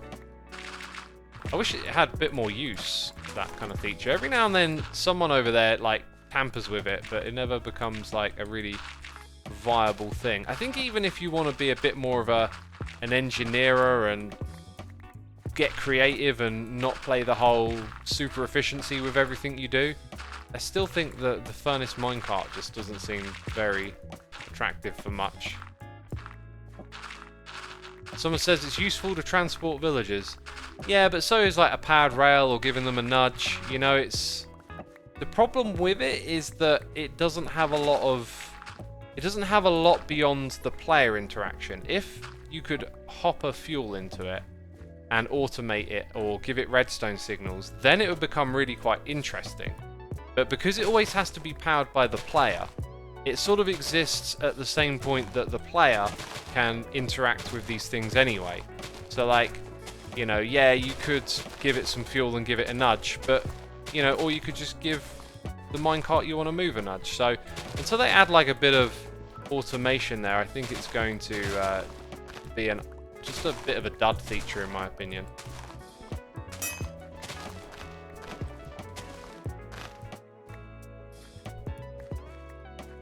Minecart should group together with a chain to make a train. That'd be wonderful, and a great use for another block they added, the chain, of course. That was a really nice block addition. That'd be a great use for it, actually.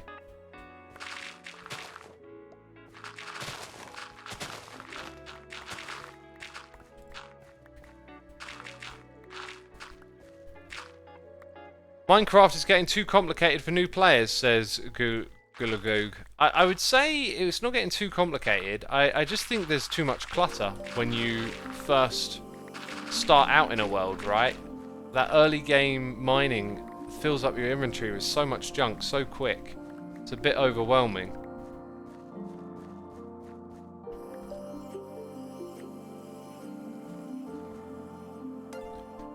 That ding that something's about to break is a new thing, says Elias Corn. It's a data pack that we've had for a long time. Like, I think since season 6 we've been using it. Becca's gifted a sub to Ashalicious. Becca, thank you for gifting the subs as always. Appreciate you doing that. Very kind of you to support our community.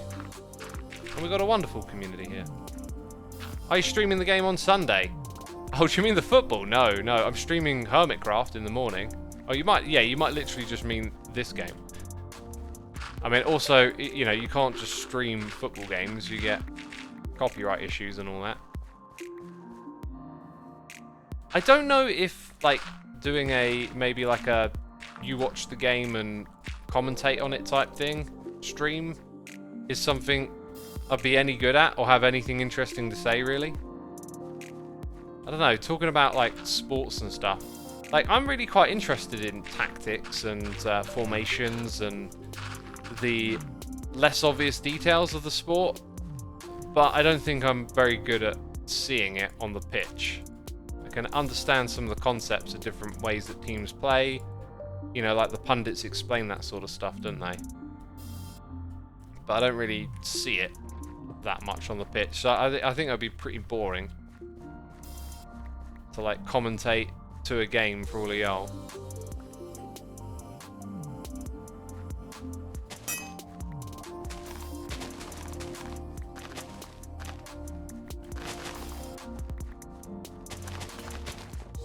There it goes.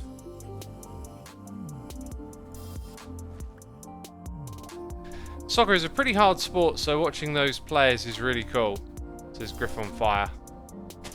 That's an interesting comment. I wouldn't... I mean, well, the level you can play at could certainly be hard for the average person, but like jumpers for goalposts, you know, playing football, having a kick about. Not gonna sneeze. Not something I would have considered to be hard, but I guess it's all just perception. Are you the founder of Vanilla Tweaks, says Skyfighter? Fighter, God. Skyfighter, goodness me. Get out of the sky with your farts, young man, God. That's the real problem with all this global warming. We've got Skyfighter up there, blooming filling it with gases, God. Yeah, I started Vanilla Tweaks. You can find all the original videos and stuff on my channel. All it ever was a glass retexture. It was just like this one thing I really wanted to change.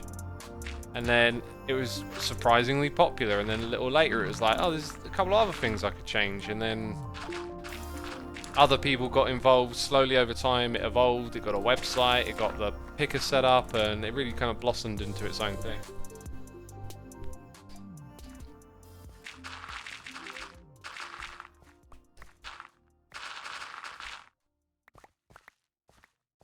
I remember when my mum forced me into a soccer club when I was 9. Didn't last a week, says Kioma.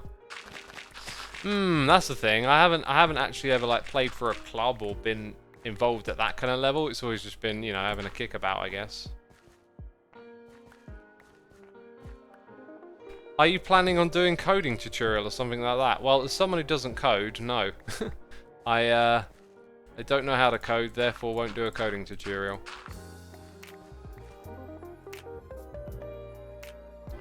I always get confused by the stone textures in the dirt no matter how long I look. Yeah, I wish that was toned down a tiny bit. I think you either see it too often or it's a bit too obvious. That would be a tweak to the tweak that I'd make, you know. I've got no idea where my portal is. I've been running around and getting all sorts of disoriented. Also got no idea how much this stuff I actually need to cover my island. I feel like we've possibly got enough, but you wouldn't really want to run short.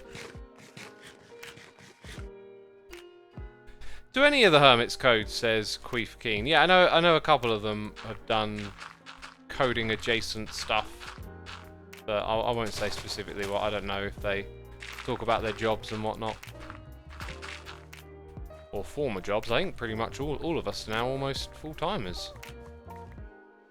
In fact, yeah, I think now that Impulse is trialing being a full-timer, and Cleo and Joe are full-timers, I actually think...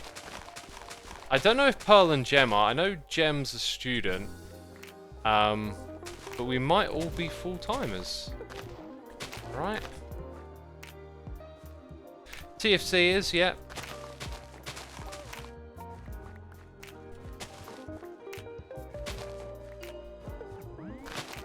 Pearl and Gem are now, says LazyCon. Was there a time when there wasn't? I really don't know.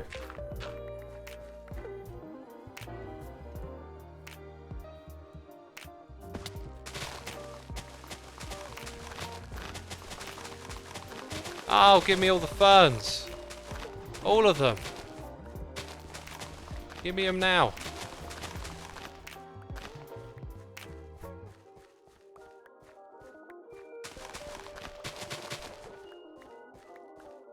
Jem was in school and Pearl's been full-time for a while, I believe, says LazyCon. Yeah, I wonder what Gem's going to do. I really know so little about Gem.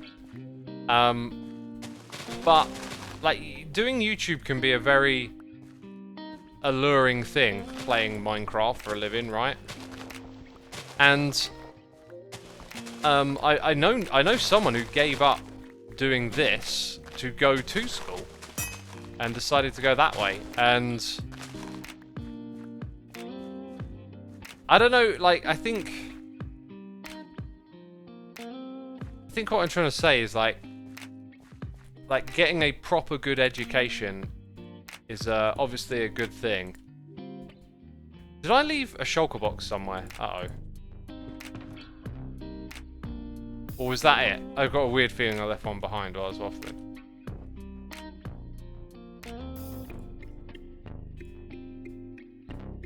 Yeah, there we go. We should chuck away some of this junk that we don't really need as well.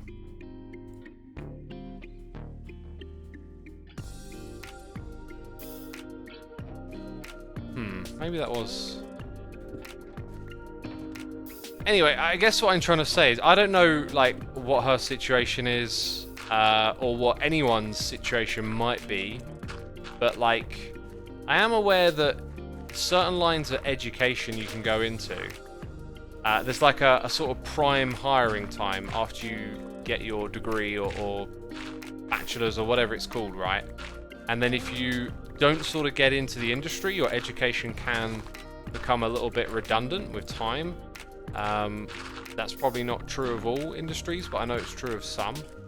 And so giving up like years of education to do something like this, that's a really interesting decision, I think, because for someone like myself, I didn't have to give anything up to do this. And I've been around long enough now that like this is just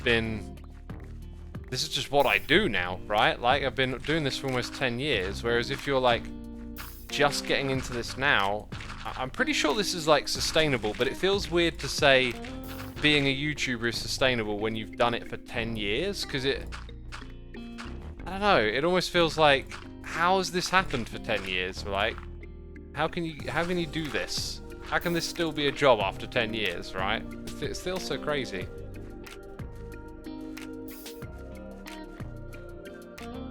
Her degree is something to do with being a lab technician, so I think she's going into that. She would probably only be able to maybe take a year off before going into a career, says 247 Lo-Fi. Yeah, that's the way I'd understand it, that like, yeah, you've got to kind of get into that career now that you've done the education part, and if you take time off from it, it might make it harder to get in. And I guess like, I don't know, like maybe you know, I've not been through this sort of decision myself, so it's like kind of hard to imagine what it might be like. But I guess maybe it would depend on how passionate you're about doing either thing, because I didn't really find anything I was passionate about. I'm definitely passionate about doing this though. So like if I were faced with a choice of maybe something that I'd signed up to do because I thought it was good and I could be good at it, but maybe I wasn't too crazy on it, yeah, you might take like a decision like this, like, oh, I'll do this full-time thing. It's a big decision though, either way. No small thing to have to decide about.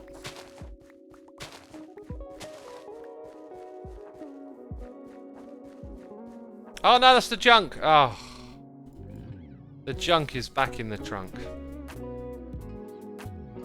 Which we don't want, do we, peeps? I was hoping to get more of those dead bushes. I'm going to have to go to the mesa biome for those, I guess.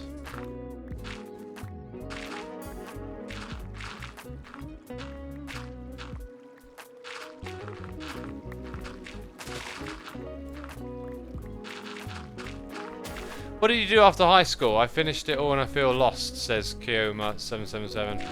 I pretty much was in a similar place. I just had no direction, no idea what I wanted to do.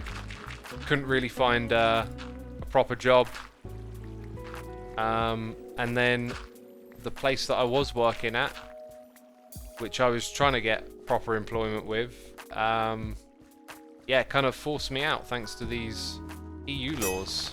These protect the worker laws that just cut our hours in half and cut our pay in half, and yeah, just really like screwed us over. And I was like, I'm already like making more from doing this YouTube thing. I should just give it a go. Who knows? I was kind of in a position where I had nothing to lose. And I think if I'd actually got a job at the place I was working, right, like it probably would have been a case of like doing this for a little bit longer and then just becoming a full-timer later than sooner, I reckon. Because yeah, this was just so much fun. Still is, but like it was kind of like a crazy experience in the beginning, just being part of something so new and fresh.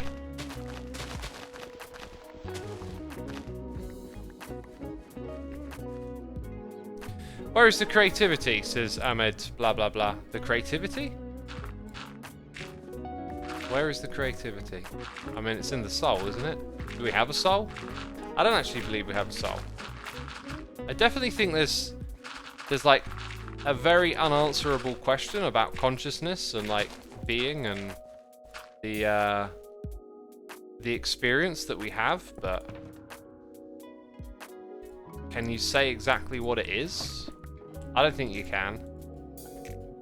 And I'm not entirely sure that like, I don't know. I think like the world and the universe and understanding reality explained through science is a wonderful thing. And consciousness is it possible that there could be something in the nature of being that science couldn't explain? I don't know if that would be true or not, but like, the mystery of consciousness certainly is an intriguing one, which science hasn't really shone a lot of light on yet. I say yet because it might be able to do one day. But I don't believe in having a soul. I think that's a little too poetic. But there's definitely something interesting about consciousness. Sounds like you'd enjoy Soma. Yeah, there's that game again. Yeah.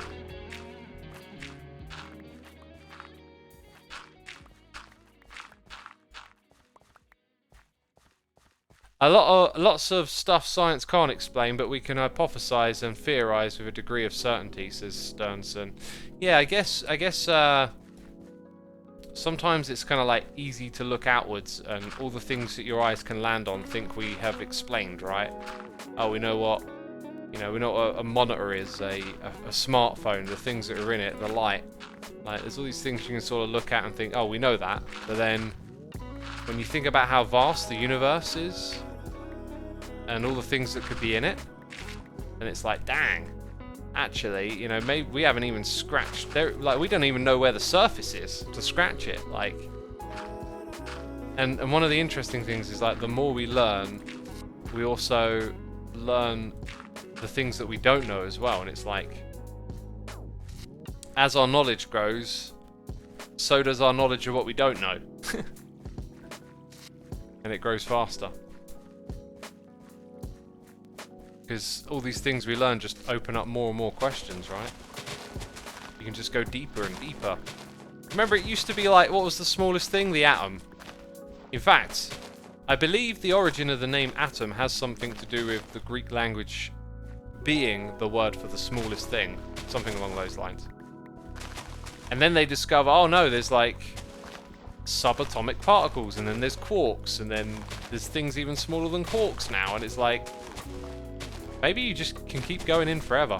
Like, the more we figure out how to zoom in and see what's going on down there, just the more stuff keeps popping up, right? There's a theory called infinite inwards, infinite outwards that I absolutely love. It's a bit more of a pop culture type thing, but like, if you've seen the ending of Men in Black, I think it's that movie where there's like a marble and they zoom out. They zoom out from the marble.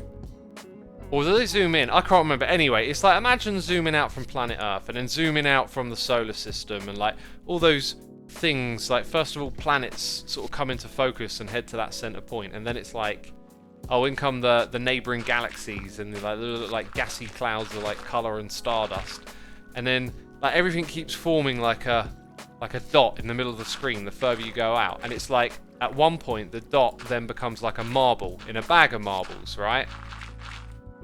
And the idea is that, like, perhaps if you just keep zooming out, you'll eventually see what you see when you zoom in, and vice versa. And I think one of the things that kind of like pushes that along is just that you tend to see patterns in small things as you do in big things. So like, when you zoom out and look at, the layout of a solar system, it can look like things that are small. I can't remember a good example of this right now.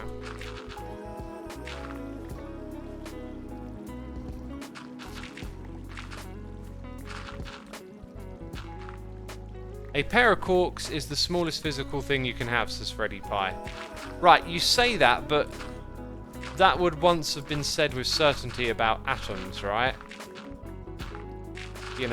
Maybe at maybe you're right, but like, I don't know, it seems like at some point or another someone's going to come along and figure out, oh no, wait, it goes deeper than that. Seems to be the trend.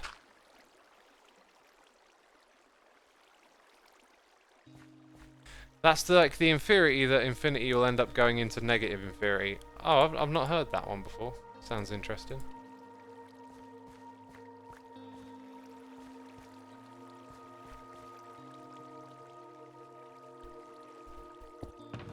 Okay, let's fill this up and head back.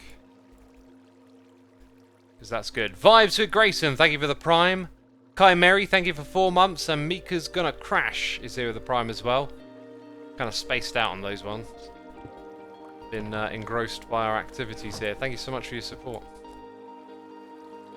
B-dubs, he's not on. Uh-oh. Also, I got no idea where to go for the thing, right? We have the alternate coordinates in chat. Like 600 times 8, 6 times 8. So like, isn't that 4,800? So, it's daytime, you wallies! Yeah. So that direction. Now the 775 one's going to be a little trickier.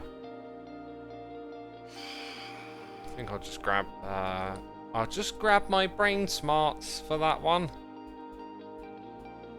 It is 6,200.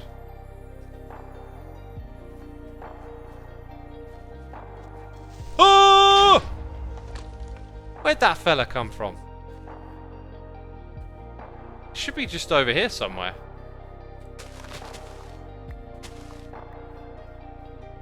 As if we're not too far away from it at all.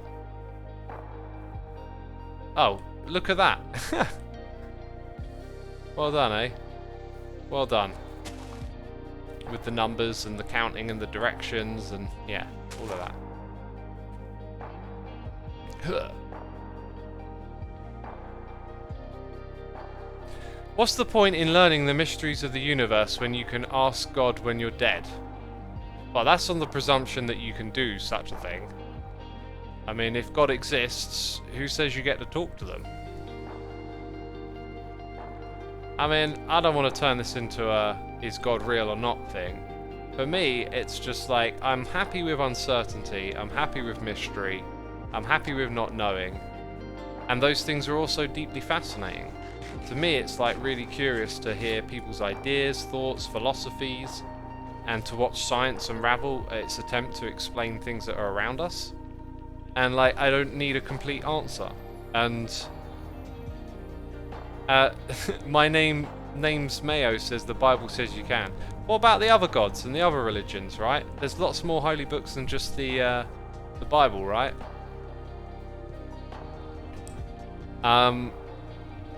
You know, it's like all of that. I'm pretty good with that. I don't need someone to tell me that there's, you know, this complete answer to the picture.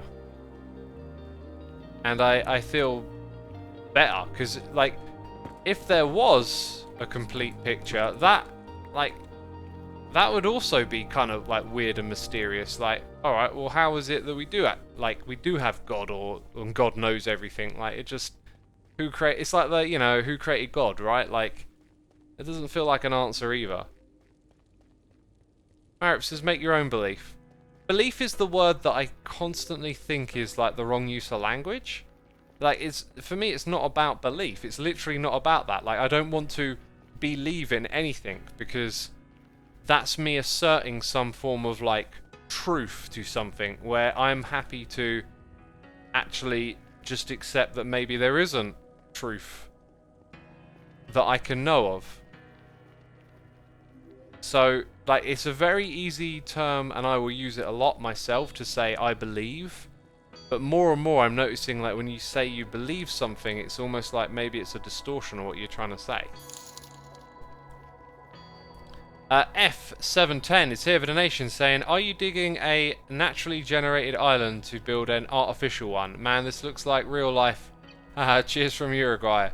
Thank you, my dude. Appreciate the donation. Yeah, we're literally going all the way over to another part of the world to suck up materials to transform our own. It's just what I wanted to do with that island. I wanted to, you know, make it feel really unique, I guess.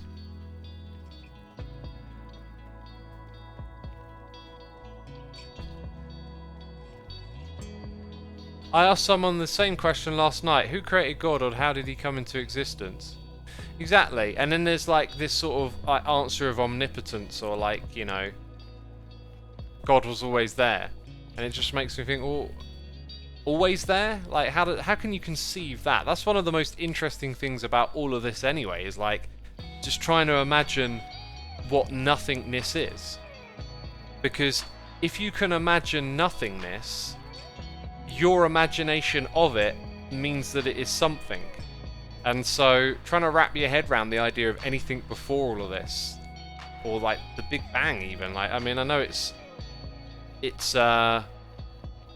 I know the Big Bang is like the widely believed in theory or the best guess we've got or whatever, but like even that is like deeply mysterious. It makes you go, what's for the Big Bang, right? I don't think science tries to say, though, this is definitely it. This is just like, this is the best we got right now.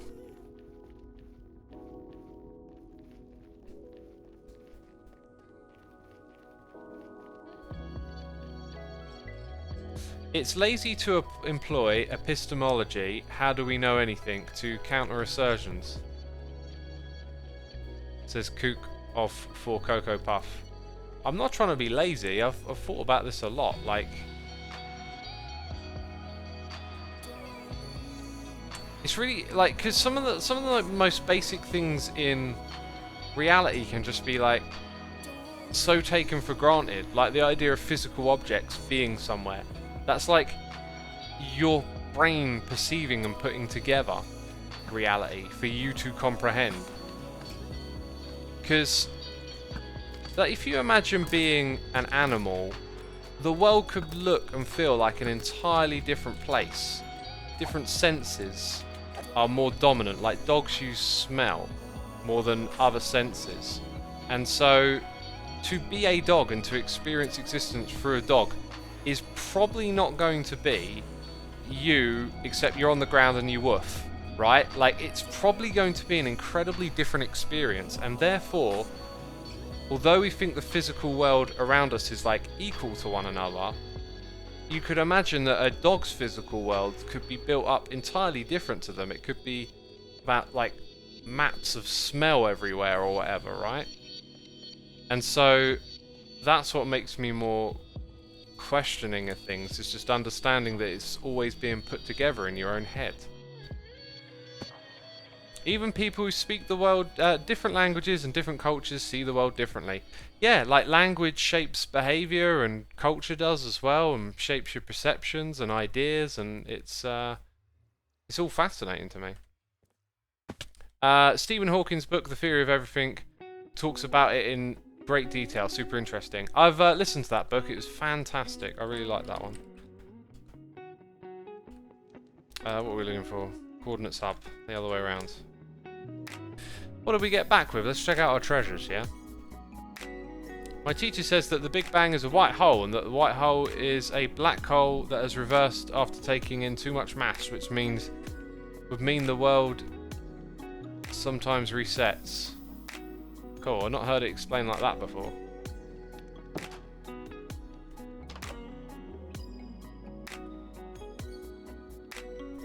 Darth Sparkiness says, dude, can you stop making me question the existence of humanity? You don't have to question it, like... This is just how I think and feel about stuff, like, you don't have to think about it the same way if you don't want to. It's fine. I'm not trying to force anyone to do this. Right, I got some tidying up to do over here, right? I think I'll take care of that probably off camera. Yeah. Who's live? Is that even right? Because apparently Impulse is live, but Impulse raided us, right? There we go, let's go raid Cub, who's playing on the Hermitcraft server. This one! Oh my goodness me. Massive thank you to everyone today for subscribing, resubscribing, donating and cheering. Always appreciating that support. Want to say a massive thank you to my patrons. Thanks for all the peeps gifting the subs. That is always appreciated. And if you'd like to head over to Cub for some more Hermitcraft, you can hit raid, and you can also hit that follow button before you head out of here. And I'll see you soon, yeah? Take care. Bye-bye.